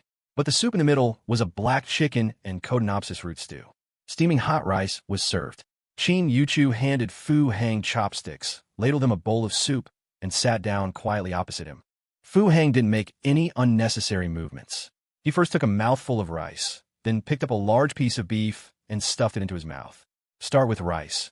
Even if the beef was too salty, the rice would neutralize the taste and help with expression control. But the next moment, he lost control of his expression. It was delicious. Fu Hang looked up, astonished at Qin Yuchu. The video playing on the phone earlier was for stir-fried green pepper beef. "How is it?" "It's my first time making it." Qin Yuchu's face was full of anticipation. "You learned this from watching a video?" Fu Hang swallowed hard, beginning to doubt the value of the master chef skill he had obtained. Was this skill really so worthless? "I learned a bit from the video, but mostly I followed the cookbook." "Really your first time?" "I knew how to make the 3 vegetable dishes before, but this one is also a first." Qin Yuchu nodded firmly, then picked up a piece of beef herself and pointed to the black chicken soup in the middle. Fu Hang didn't hesitate. He picked up his spoon and took a sip of the soup. Instantly, he was certain his system reward had been watered down. Master chef skills were worthless. Or was it that you just needed to give a genius a book? "What if I got you a copy of the 9E manual?" Seeing Fu Hang's approval, Qin Yuchu was very happy. She didn't say much more and lowered her head to eat. Everything felt so natural, so peaceful. It was as if the person who had been standing outside his car, knocking on his window in the underground parking lot at noon, wasn't her. "Who was it?" Gently tapping at my window. Fu Hang frequently picked at the dishes and sipped his soup.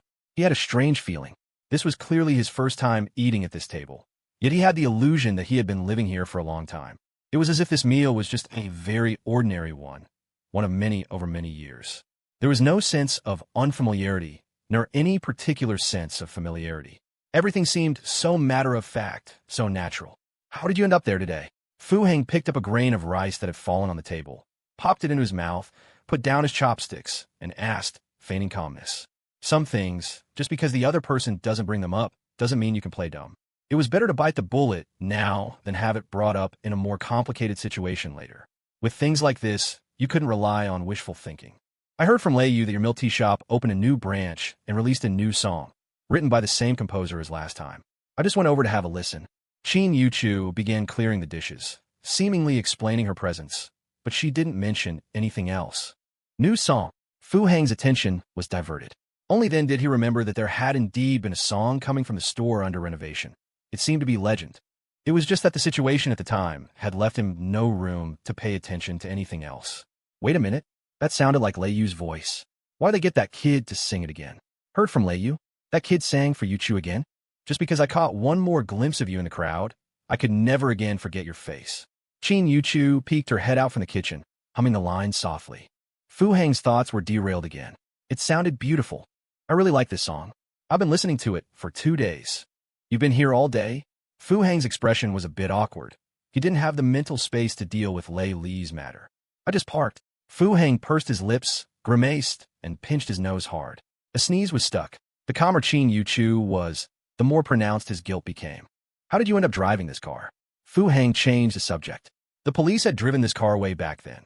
He and Qin Yuchu had taken an ambulance. He'd forgotten about it later. The Hansheng Precinct Police delivered the car. I got my driver's license yesterday. Have you driven this car to the company? Fu Hang was startled. Shen Qingluan had rented this car before. Nope, that was my first time on the road. I was pretty nervous. Qin Yuchu came out with a rag and deftly wiped the dining table. Fu Hang wanted to help, but while he was still hesitating, Qin Yuchu had already finished. This car. Don't drive this car. I'll get you another one. Fu Hang fumbled in his pocket, trying to find his cigarettes, only to realize they were in his jacket pocket, and the jacket was hanging on the coat rack. Change cars? Okay. There are cigarettes under the coffee table. Qin Yuchu's voice came from the kitchen. Fu Hang sat down on the sofa and pulled open the drawer. Sure enough, inside was an open pack of cigarettes, his usual brand, neatly arranged. He took one out and put it between his lips. Fu Hang's gaze fell on the most convenient compartment on the coffee table. He tentatively opened it and found a lighter inside. Fu Hang's calm heart suddenly fluttered. He held the lighter, his mind blank. By the way, Shen Qingluan submitted an application today. Qin Yuchu came out of the kitchen with a cup of tea, placed it gently in front of Fu Hang, took the lighter, and lit his cigarette for him. An application? Fu Hang mechanically took a drag. The familiar nicotine failed to fill his lungs. Yes, she applied for a company car. Given her administrative level, she's entitled to one. A car. Fu Hang took another sharp drag. That could work, but she just played her trump card today, so to speak, and is probably in a cool-down period. Pushing now, the impact might be nullified or dodged. Plus, today's market close hasn't happened yet, so I don't know how much the stocks have dropped. I'll wait for the figures and then figure out the best way to get her the car. Yes, I approved it. Same level of benefits as Su Changhe. Fu Hang's hand holding the cigarette trembled. He looked at Qin Yuchu in astonishment. You approved it? Is there a problem? Qin Yuchu met Fu Hang's gaze. Fu Hang quickly shook his head. What's Su Changhe's standard? 800,000 to 1 million. Fu Hang's toes curled tightly inside his slippers. 1 million. Approved? Was that coming from the company's account? If this went through the system's account, it would be 2 million in and out. Your signature just cost me an apartment. I think your car. My car doesn't need to be that good. I was already nervous driving that ADQ7. Today, I was just a little excited because I just got my license. Yeah, I was thinking the same. It's not suitable to drive a brand new car when you just got your license. I'll go find you one. Fu Hang said, stubbing out his cigarette and standing up. He grabbed the ADQ7 keys from the shoe cabinet by the door and went straight out. Qin Yuchu watched Fu Hang hurry off, a slight smile playing on her lips. Fu Hang drove the ADQ7 directly to the dealership that handled its lease and sold it at an extremely low price. This car, or rather, this license plate, could not appear before Shen Qingluan again. Then, he rushed to the parking lot where the used New Energy vehicle was parked. But when he saw the bright green license plate, he suddenly hesitated. That car accident had left him with some trauma. He called the dealership and, once again, sold the New Energy vehicle at a price the dealership couldn't refuse. Then, he returned to the residential complex. Come down and see your new car. Fu Hang, sitting in the car, called Qin Yuchu. When Qin Yuchu came downstairs, she was still wearing her pajamas. Only her apron was off. Watching Qin Yuchu approach gracefully, Fu Hang's eyebrow twitched. So the apron really did offer some concealment? Weren't these just common pajamas? How could this long-sleeved, shirt-style pajama still reveal her figure? Qin Yuchu stood in the parking lot, her expression also strange. This is what you meant by, it's not good to drive a new car when you've just got your license? Qin Yuchu stood quite far away, turning her head to scan the area several times, realizing this was the only suspicious vehicle in the parking lot. It was just sitting around anyway. Fu Hang got out of the car, shrugging nonchalantly. A GT 900? Qin Yuchu took another step back. Get in. I'll register your palm print for recognition. Fu Hang didn't explain further, directly ushering Qin Yuchu into the car. His reasoning was simple. A GT900 could ward off 99% of the flies and make 99% of simping rivals give up. Singing? Puffed. Want to take it for a spin? After registering the palm print, Fu Heng briefly explained the car's features and took the manual out of the glove compartment. He only knew how to start and stop it. He hadn't studied many of its functions. Damn it, the manual was also entirely in English. Qin Yuchu was silent for a moment, then pressed the start button. The vehicle slowly moved out of the parking spot. Pleasant music suddenly blared inside the car, startling Qin Yuchu into quickly hitting the brakes. The caller ID on the central display screen prominently flashed the name, Shen Qingluan. Fu Heng awkwardly pinched his thigh. Qin Yuchu had registered her palm print for the car, but the car's Bluetooth was still connected to Fu Heng's phone. Qin Yuchu saw the caller ID clearly. After waiting 3 seconds and seeing Fu Heng didn't answer, she shifted to neutral, pulled the handbrake, and unbuckled her seatbelt, preparing to get out. But Fu Heng pressed her shoulder, switched the call back to his phone, and opened the door to get out. Qin Yuchu tilted her head, calmly watching his retreating figure, a rare flicker of complexity in her eyes. Fu Heng walked about 10 meters away. Those 10 meters were exceptionally difficult for him. Almost every step landed on an emotional trigger point. If this were a fantasy movie, you would see Fu Heng's aura changing with every step. A strange night wind would begin to blow, sweeping a few withered leaves into the desolate night sky. A bleak aura would descend from above his head, enveloping him completely. Desolation, sorrow, heartache, despair. Fu Heng didn't dare turn his head, afraid the woman behind him would see his current expression. It was so awkward. Qingluan. Fu Heng answered the call just as it was about to disconnect, his voice unusually hoarse. Shen Qingluan didn't speak, but a heavy sigh could be heard. You don't need to say anymore. I understand. I get it. I won't bother you again in the future. Thank you for your tolerance and companionship for so long. Fu Heng took a deep breath. Although he didn't have a cigarette in his hand, he made the sound of taking a forceful drag. Shen Qingluan responded in a low voice and hung up immediately. A flicker of astonishment crossed Fu Heng's eyes. What was going on? Although Shen Qingluan had only said, throughout the call, Fu Heng keenly perceived the emotions contained in that single sound. This wasn't her trying to string him along. This woman genuinely wanted to break things off with him. He remembered when Li Weiyang was about to get married. She had made a similar call. Only her, had been, I'm getting married. Holy crap. Shen Qingluan was getting married too. It wasn't sadness exactly, but Fu Heng felt a pang of disappointment. No, wait. Damn it. My billion. You're getting married now. So what about that $1 billion stake in Sweet Dew milk tea? He glanced at his watch. It was past 7, but today's payout hadn't arrived yet. Ever since he stopped clocking in on time, the payout schedule had become completely erratic. Sometimes it came just after noon, other times not until midnight.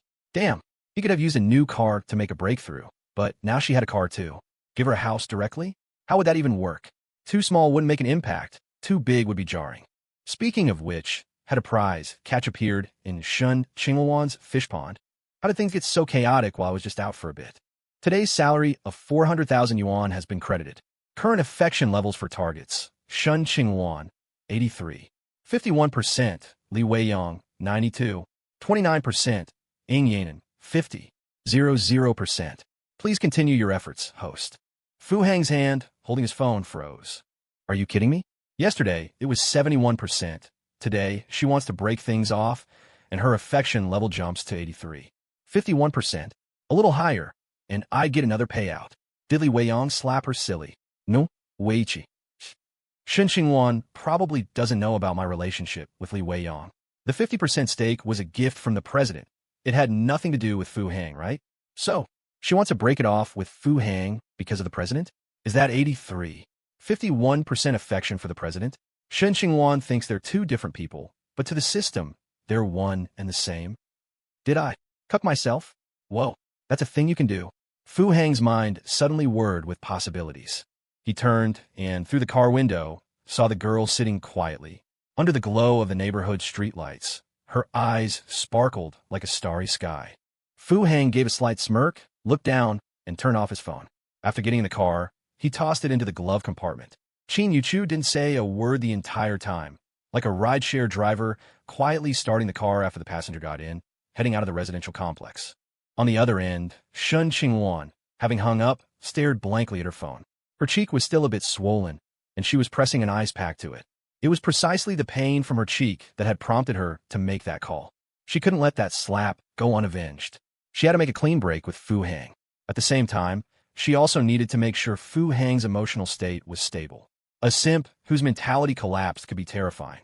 As for that slap, once she was in the president's car, secured him, she would make Li Weiyang pay 100-fold. Shifting the ice pack, she slowly closed her eyes, and the figure of the president, Wang Haitao, involuntarily appeared in her mind. Mature, dependable, imposing, refined, suave, and immensely wealthy.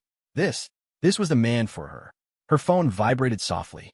Her dazed eyes instinctively glanced at it. A friend request had come through on a social media app.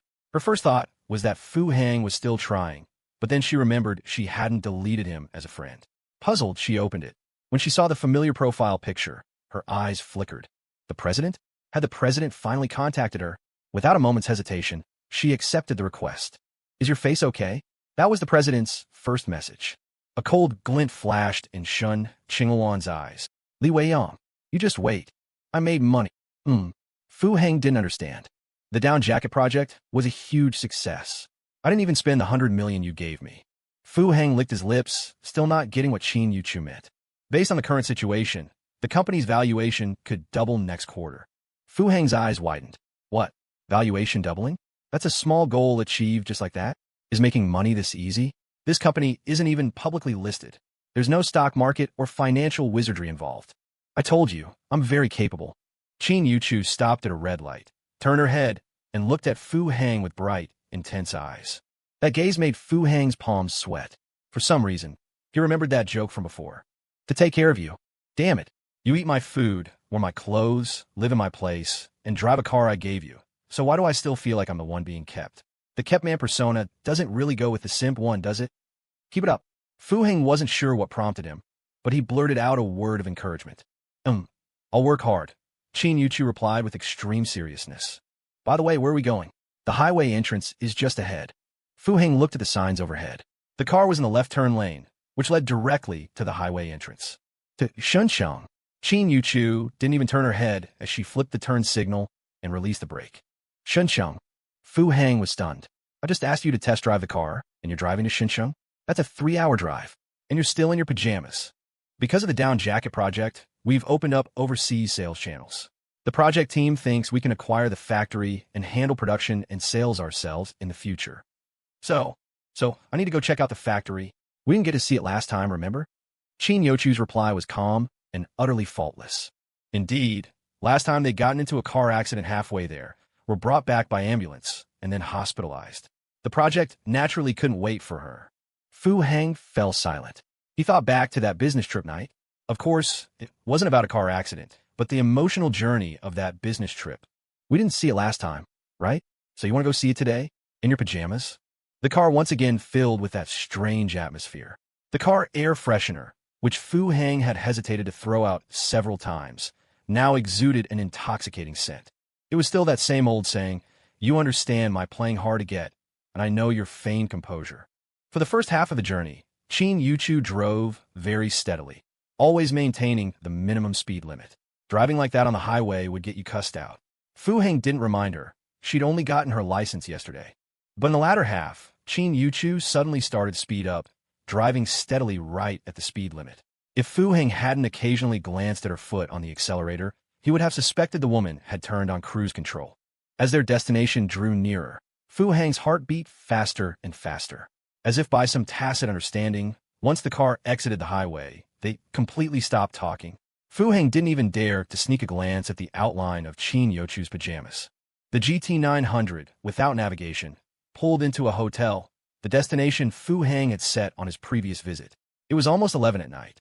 Just as planned, it was naturally impossible to tour any factory at this hour. If they weren't going to the factory now, then, just like the original plan, their only option was to get a room and rest. "Hello, do you have a reservation?" The young man at the front desk had a friendly smile, maintaining his enthusiasm even on the night shift. This was a 4-star hotel, the best in this part of the area. The clothing factory was said to be in Shunsheng, but it was actually closer to the outskirts. No reservation. Two single rooms. Fu Hang handed over his ID card, and Qin Yuchu, standing beside him, also took out her phone, opened her electronic ID, and placed it on the counter. 2 rooms. The young man at the front desk paused, his gaze flitting between the two of them. Are you kidding me? Coming in late at night to get a room, the girl's in her pajamas, and you're telling me you want 2 rooms? Did you just pop down to take out the trash and forget your keys? 2 rooms, Fu Hang affirmed, turning his head away. Damn it, why do I feel so embarrassed? Qin Yuchu said nothing, silently lowering her head. The front desk guy wasn't sure. Seeing Qin Yuchu lower her head, he turned to look at Fu Hang seriously again. Fu Hang's right hand, shoved into his pocket, clenched into a fist, then relaxed, then clenched again. What kind of service is this? And this is supposed to be a 4-star hotel? I'm going to file a complaint later. A little teasing is one thing, but this is getting ridiculous, isn't it? Ahem. Sorry, we don't have 2 single rooms available anymore. The front desk guy keenly noticed the twitch at the corner of Fu Hang's eye. His own eyes flickered, and a knowing smile spread across his face. What? No single rooms? Fu Hang looked stunned. Weren't you just insisting on 2 rooms a moment ago? Are you deliberately messing with me? Sorry, no single rooms left. The front desk guy silently gave him a thumbs up in his mind. This guy's good, his emotions are spot on, no trace of acting. It's just that this routine is a bit old. And he's a wimp. But then, his gaze inadvertently swept towards Qin Yuchu. He saw she was just looking down, offering no reaction to their conversation. The front desk guy chuckled inwardly. Everyone's a cunning old fox here. Why are we all putting on this charade? Then what rooms do you have left? Fu Hang, noticing the front desk guy's shifty eyes and how he was secretly sizing up Yuchu, sounded impatient. One moment, let me check for you. The front desk guy pretended to type on the computer. Just as Fu Hang was about to frown in annoyance, he looked up apologetically.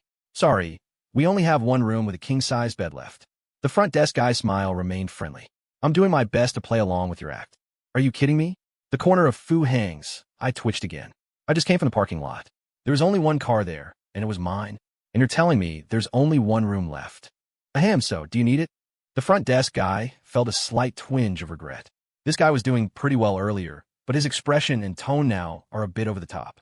Forget it. Let's try another hotel. Fu Hang gave a slight, strained smile and, taking Qin Yuchu's arm, prepared to leave. Huh? The front desk guy was dumbfounded. Are you nuts? If it weren't for this stunning girl in pajamas next to you, would I even bother playing along with this act? I've set the mood perfectly, haven't I? And you're still acting at this point? You're overdoing it, man. However, maybe. Let's just stay here. It's very late, and driving is tiring. Qin Yuchu stood her ground, still looking down, her voice barely audible. Oh ho! The front desk guy nodded to himself. So that's what she was waiting for. This guy's good, playing hard to get. Then he can use this as an excuse when he wants to bail later. I've learned something new. Gotta jot this down in my notes later. This isn't really appropriate. Fu Hang's feet hadn't actually moved, his face a mask of indecision. All right, here's your room key. The elevator is to your left. Breakfast is on the 3rd floor tomorrow. Have a pleasant stay. The front desk guy efficiently slapped the room key and ID card down on the counter, the series of actions smooth and seamless. That's about enough, pal. If you overplay this and it all falls apart, you'll be the one crying. Qin Yuchu said nothing, silently retrieving her phone. Ahem, well then. Fu Hang's expression was stiff as he nervously fiddled with the room key. Elevators to your left, the front desk guy reminded him again. The 2 of them walked silently to the elevator, silently found their room, silently opened the door, and silently inserted the key card to turn on the power. Fu Hang was still furtively looking around the room when Qin Yuchu casually closed the door and in a swift move, wrapped her arms around his neck. The next moment, something soft pressed against Fu Hang's lips. Fu Hang, startled, raised his hands and pushed her away. His alarmed eyes met a pair of passionate ones. Are you sure? Fu Hang panted.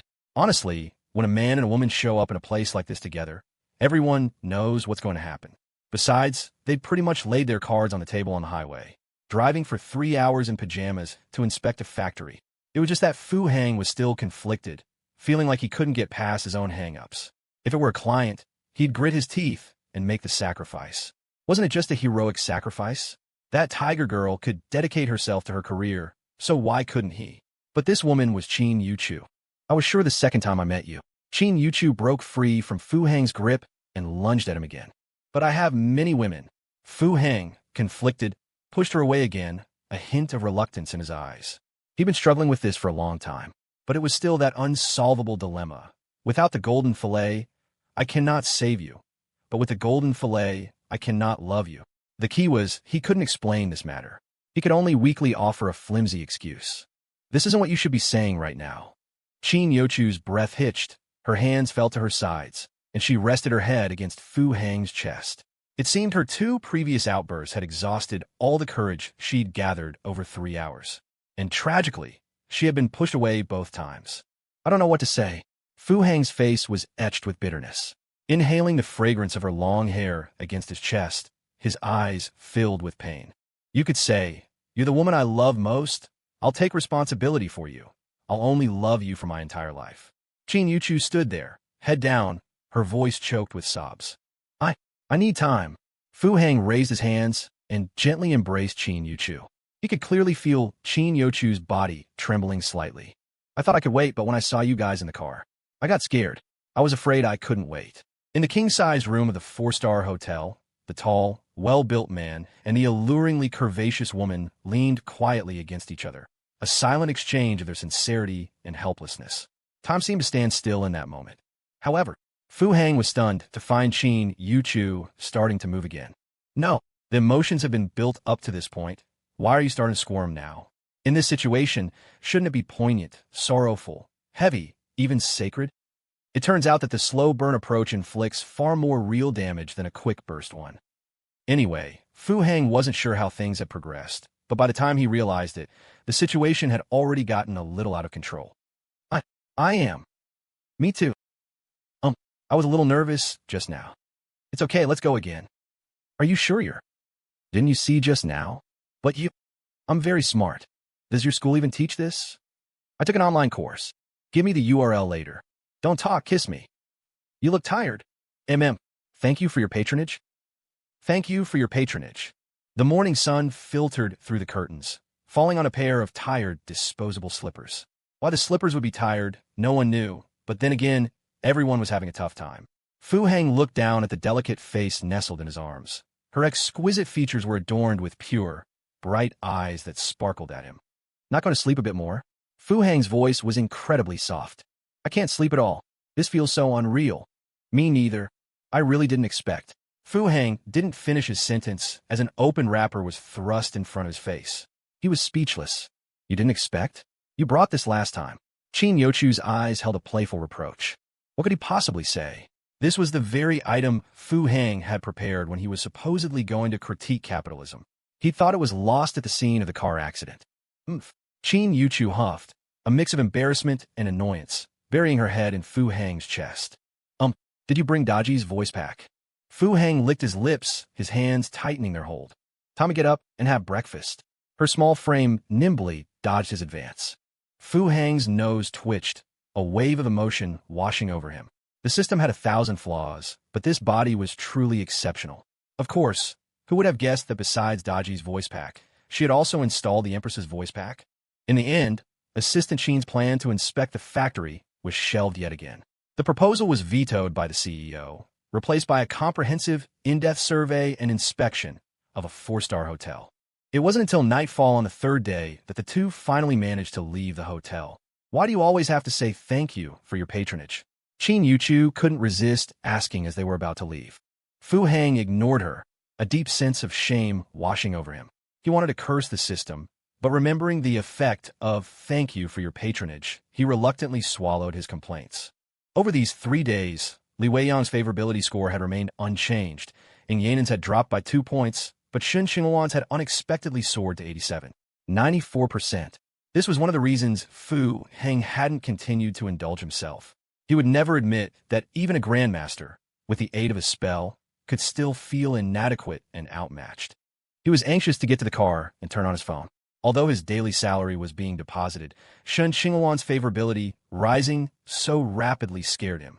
The 3-year deadline wasn't even close. If her favorability maxed out now, wouldn't that mean a dead loss of 1 billion? The two didn't linger in Shunsheng, not even bothering to enter the city proper, instead heading straight back the way they came. Fu Hang drove, while Qin Yuchu nestled in the passenger seat, her eyes closed. Fu Hang knew she must be exhausted.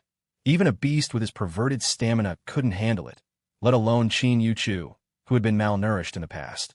Driving out of the hotel felt like re-entering the mortal world. Fu Hang watched the receding cityscape, the familiar knot tightening in his chest. He had to admit it. He had fallen in love with the woman beside him. But could he love one person while shamelessly pursuing other women? Even if it was work, it wasn't fair to the woman he loved, because he could clearly feel that this woman loved him too. She was different from those clients. The kind of unreserved, devoted love terrified him. Today's salary of 4 billion yuan has been credited. Current target favorability: Shen Qingluan, 58. 21%, Li Weiyang, 92. 15%, Ing Yanan, 47. 92%. Host, please continue to strive. The GT900, which had been speeding along, suddenly decelerated. Shen Qingluan at 58. 21%? What was going on with her? Just yesterday, it was 87. 94%. If she had broken 90% today and he'd gotten the payout, he would have accepted it. But to drop straight to 58%? What had she experienced today? And what had he done? Fu Hang hesitated, glancing at Qin Yuchu, who seemed to be asleep beside him. Surely, she hadn't recorded something, had she? And sent it to Shen Qingluan? That didn't make sense. Shen Qingluan knew about Qin Yuchu's relationship with the CEO, right? Warning, warning. Conquest target Shen Qingluan is currently being assaulted. Host may choose to initiate rescue. Successful rescue. Reward of 1 year-end lottery draw. Choosing not to rescue or rescue failure. Shen Qingluan conquest mission will terminate. Settlement reward will be canceled. Fu Hang slammed on the brakes, the speeding car almost veering out of control. What was happening? He quickly pulled the car to the side of the road, his eyes wide with shock as he stared ahead. Being assaulted? Choose not to save or fail the rescue. And the mission ends? Settlement reward canceled? Wait a minute. No memory wipe? No confiscation of all accumulated earnings. For a moment, Fu Hang was plunged into an intense internal conflict. This outcome was the same as marrying other clients? Assault. Fu Hang instantly understood what that implied. The sudden breaking had startled Qin Yuchu awake. Seeing Fu Hang's grim, pale face, she chose to remain silent, simply watching him quietly. The car speed had dropped to 40, below the highway's minimum speed limit.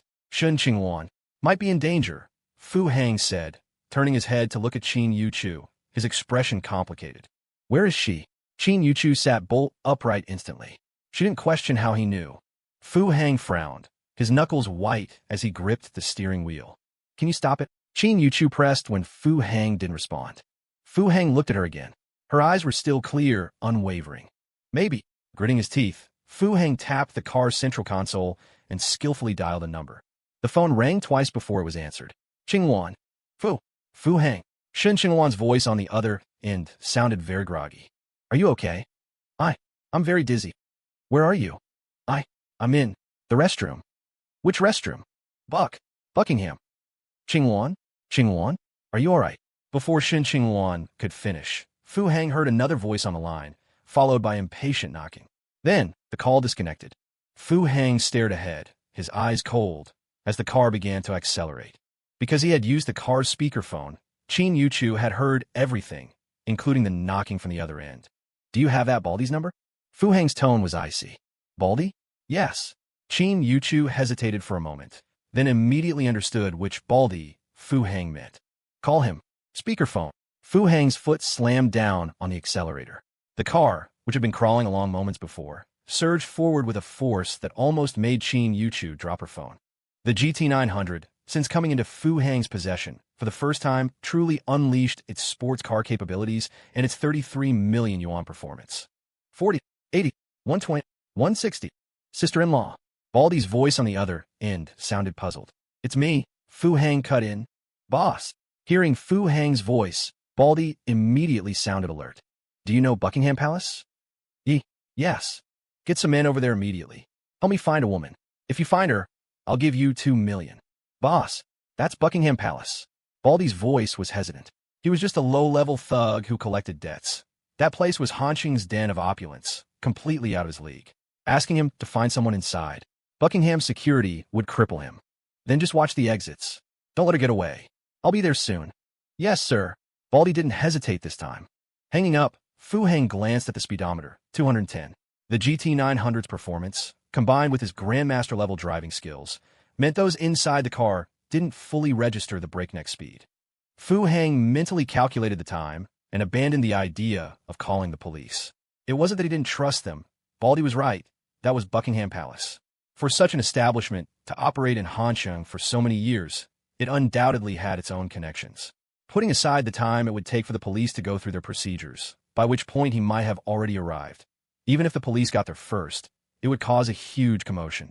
Judging from the phone call, Shen Qingluan was clearly disoriented. If they tipped off the culprits, finding her would become even more difficult.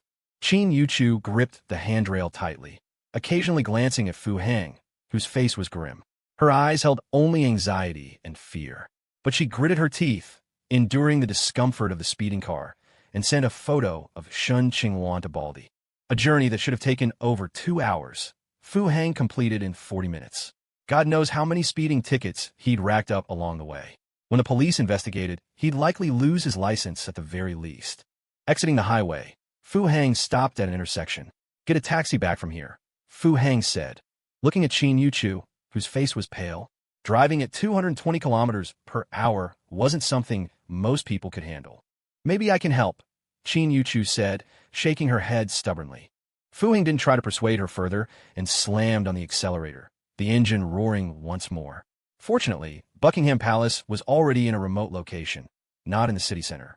Just 7 minutes later, Fu Hang pulled up outside the gates of this private club. Fu Hang got out of the car, ignoring the security guard in the distance who was raising the barrier arm. He looked directly at the 2 vans parked by the roadside. The van doors were quickly pushed open, and a crowd of people swarmed out, Baldy running towards Fu Hang at their head. "No cars have left. The person's in the summer bamboo private room," Baldy said, carefully eyeing the GT900, his admiration for his boss ratcheting up another few notches. Fu Hang frowned upon hearing this. "One of my guy's old buddies from back home works as a server inside," Baldy quickly explained. "Stay in the car and lock the doors," Fu Hang instructed, turning his head to Qin Yuchu, who was about to get out. He brought her along because every second counted, and the highway exit was remote. He hadn't felt safe leaving Qin Yuchu alone, but inside, God only knew what was about to happen. Qin Yuchu nodded obediently. The large group Baldy had brought with him reassured her somewhat. Fu Hang said nothing more and turned to walk inside. Baldy hesitated for only a second, then waved his hand, leading his men to follow. The security guard at the entrance was flustered. This entourage clearly wasn't here for leisure. But seeing the eye-catching GT900 and the menacing group of men, he didn't dare to stop them. He just quietly took out his walkie-talkie. Fu Hang hadn't expected Baldy to follow, but he paid him no mind, his gaze fixed intensely on the main entrance ahead. "Sir." The 4 security guards at the main entrance had clearly been alerted, but as they were about to speak and block him, Fu Hang's icy glare stopped them in their tracks. "If anything happens to my friend in your establishment, all of you will be in serious trouble," Fu Hang said coldly as he walked past the guards without stopping. The guard's Adam's apple bobbed. He was intimidated by Fu Hang's aura, especially those bloodthirsty eyes. This was definitely a lawless character. He wouldn't be surprised if Fu Hang had blood on his hands. And from what he said, he wasn't here to cause trouble for the club. Was he? Just looking for someone? This guard also quietly picked up his walkie-talkie. 3rd floor, Baldy, following behind Fu Hang, swaggered with immense confidence. He'd only ever seen scenes like this in Hong Kong gangster movies. Who'd have thought he, Baldy, would experience such a day? He was right to follow. He'd missed the chance to latch onto this powerhouse last time. He definitely couldn't miss it again. Fu Hang didn't wait for the elevator, but took the stairs directly. Reaching the 3rd floor, he saw from a distance down the hallway 2 sharply dressed bodyguards standing at the entrance of a private room. Fu Hang had sharp eyes and immediately spotted the name Summer Bamboo on the wall. Without any unnecessary words, Fu Hang walked in that direction. These 2 bodyguards were different from the club's security. Seeing the large group approach, they showed no sign of panic, instead taking a step forward to block the hallway. Fu Hang didn't stop, cracking his neck. But before his shadowless kick could fly, a stout figure from behind him suddenly leaped forward, pouncing on one of the bodyguards. Baldy. He'd led the charge when it was 5 against 1. With over a dozen against 2, there was no reason for him to chicken out. It's not like everyone was a super soldier, right? Besides, if he didn't make a move now, what was the point of following? Fu Hang watched as the 2 bodyguards were pinned down, momentarily stunned himself. The 2 bodyguards were completely dumbfounded. This was Buckingham Palace, wasn't it? They'd stepped forward just to make a statement. Okay? Why did you guys actually attack? We're all civilized people. Didn't you see we're wearing suits and ties? Why is everyone resorting to violence? Wasn't the underworld supposed to be about more than just fighting and killing? Wasn't it about connections and social grace? Inside the room, Wang Haitao forcefully loosened his tie, a mocking expression on his face as he looked at Shen Qingluan, who was lying on the round bed. Great body, pretty face, but not too bright. They met by chance 3 days ago. He'd seen a lot in her eyes, so he abandoned his original plan and directly added her social media account. Just as he'd suspected, she was an easy woman to get. He hadn't even tried hard, and she seemed more eager than him. Understanding this, he lost patience. He tried asking her out today, not expecting her to actually show up. But everything seemed to change from the moment they met. This woman, so suggestive and provocative in her messages, was now playing coy in person. She'd come, but her words weren't half-hearted refusals implying consent. They were evasive and distant. His few attempts to test the waters, she'd skillfully evaded them all. They'd had dinner, sung some karaoke, and he hadn't managed to get anywhere with her at all. So he pulled out his carefully prepared trump card, a watch worth 100,000. There wasn't a woman like her that a watch couldn't win over. But he didn't see the look of dazed, burgeoning desire he expected. Shen Qingluan was only slightly surprised, then faintly said, "Thank you." That's it. Wang Haitao almost lost his composure. This bitch's appetite was way too big, wasn't it? Who did she think she was? Even a young lady like Li Weiyang had been overjoyed with this watch back then. She'd returned it when they divorced. Only then did Wang Haitao notice the watch Shen Qingluan was wearing on her wrist. This one, it couldn't be real, could it? Then, Wang Haitao remembered a piece of information he'd overlooked these past few days because this woman had been so proactive. This information was from Su Changhe. Shen Qingluan might be the Yuanbo Corporation president's woman. This secretive president, was he really so generous with his women? Wang Haitao felt he was losing face and became angry out of shame. He dropped the pretense in his words and no longer restrained his actions. Who knew this woman would suddenly start resisting now? Are you fucking playing me? Trying to play hard to get with me? Acting all demure? Did you really think I, your old man, was looking for feelings? For romance? He was doing this purely to retaliate against Yuanbo trading, to get back at this audacious woman who dared to poach his people. Wang Haitao instantly lost all patience and activated his original plan. The script had reverted to its original version. Wang Haitao smirked, watching the unconsciously writhing Shen Qingluan, and slowly undid his buttons one by one. The chat logs between them existed.